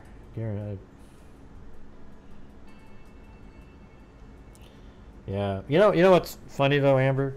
See, I used to think that he said that he invented the internet, but then I looked it up and I went through it. I mean, I hate Al Gore. I think he's just an absolute, just a pile of shit human being. But that isn't really what he said. I looked it up. He did something where he said that he passed legislation that led to the sort of boosting up of the internet. So he didn't actually say he invented it. The words. I always thought he did too. Then I was like, let me go check this out. Yeah, and then that actually might be true, right? He helped get the funding in to get the internet going. But he didn't invent shit. I don't even know where it's I don't know where that came from or anything. I was thinking the same thing though. I still think it. That's the weird part. See, isn't that amazing? That whole concept of a lie told often enough becomes the truth. You should always, even when you hear something over and over again, make sure you go validate that thing. Because that's a technique used a lot by trolls on the internet. They'll say the same thing every single day about somebody, and then after a while, people go, oh yeah. And it's totally bogus. Oh yeah, pickup sticks. I remember that. We used to just do build forts and, play cowboys and Indians running around, just, it was fun, It's just a whole different world now. Everyone just sits around and sits still and plays video games.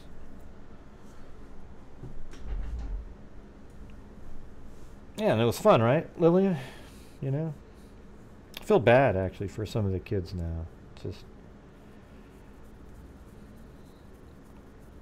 Yep, the good old days. Yeah, I remember they used to have like little binaries and shit, like little weird. My brother used to be on the like that. I can't remember what they were called back in the 80s, where you can communicate with people all around the world on these strange, like, it was the internet, but it wasn't the same as it is now.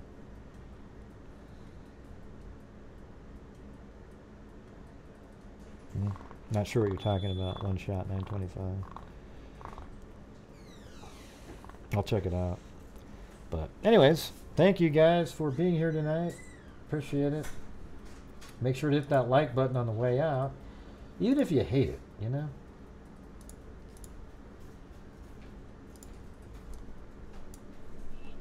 Even if you hate it. By the way, my mom used to really stretch our food out quite a bit. Guess what she used to stretch the food out? Like, it was really clever. She'd put rhubarb in everything. I mean, we had rhubarb apple pie. We had, there was like rhubarb on every single thing that you could possibly imagine. There was rhubarb in it. Makes everything a little bit more like sour or whatever, but it was pretty wild. And we had a food dryer, and she was pretty. She's still out there. She doesn't do that stuff anymore, but really industrious. Like she'd do anything.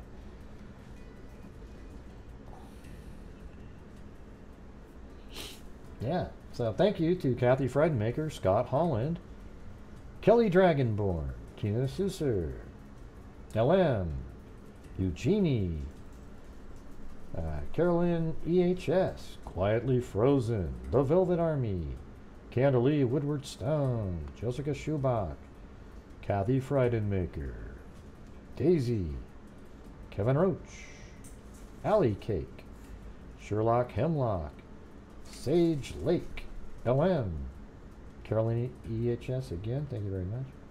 Cindy Leon, LM, D&K Rec, Corvette Sally 1, Zozo, Quietly Frozen, Amber Maiden, Alley Cake, Tawny Lee, Linda Howell, Jen Allison, LM as in Element Open, and Georgina's been a Oogla Boogla Freak for 16 months, and LM again.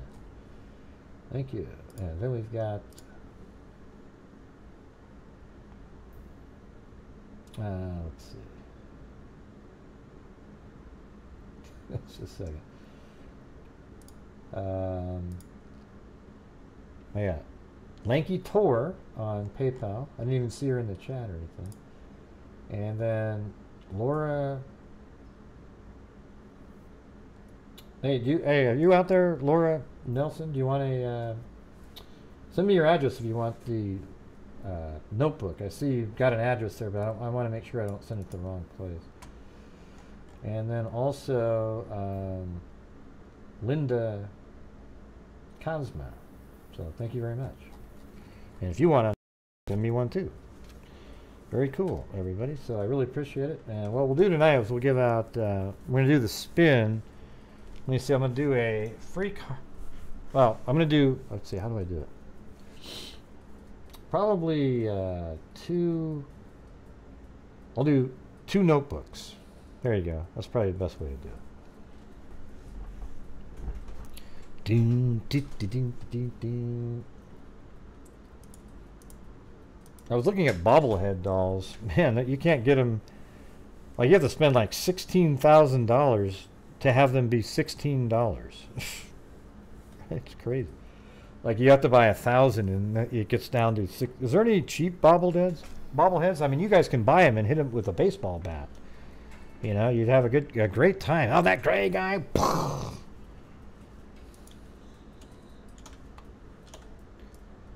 Yeah. And you know it too, right?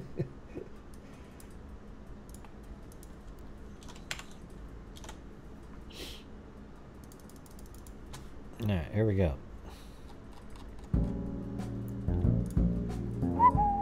Hey, hope you guys thought that was interesting. Yeah, I wanted to get like bobblehead dolls.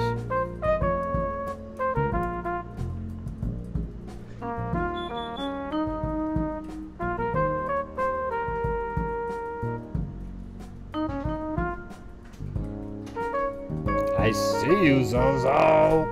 Oh, Lillian. Paulette Leonard with the lizard eyes. You know what I should do is replace the eyes on here with lizard eyes. Tina Susu. Anyways, thank you, mods, for taking care of all the trolls tonight. You guys are awesome. Delphi nights are, for some reason, really crazy in here with the trolls.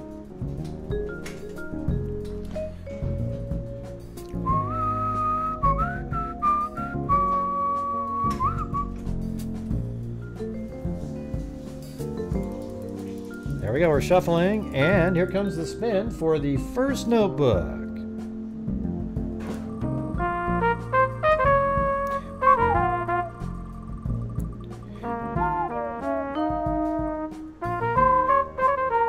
Oh, look at his blank. Oh, shit. Oh. All right, one more.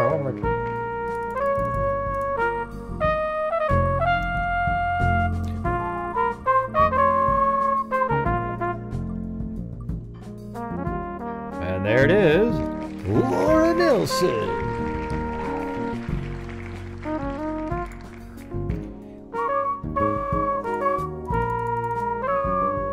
And here comes another notebook.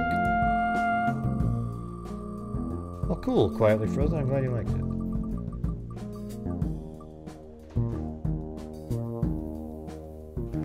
And there's Carolyn EHS with the other notebook. So don't forget to send me an email with your address on it, and we'll ship them out. I think I got enough to send more, but I got another box coming soon. So there you go. Awesome. Anyways, thank you guys very much for supporting the channel, and being here. Most of you come here every single night, watch the show, support the channels, hit that like button, maybe go out and share the link before the show, maybe sometimes too. That'd be good.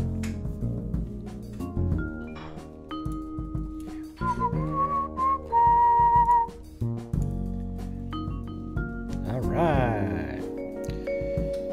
So I thought that was it's interesting to listen to that interview, especially some of the comments she was making near the end. I'm going to put both those videos out, just a short little clips from Kelsi. I think those are worth putting out because it shows you the damage that these wackos do, and that's why I'm so committed to making sure people realize that what they're putting out is completely bogus and false information. I hope you guys don't mind. I know it's sort of like, it's a little bit drama-ish-y, but not really, because it's a legitimate thing to be doing. I'm not going and doing a drama show like, oh my God, did you see the girl that guy? It's literally about the information that's being put out.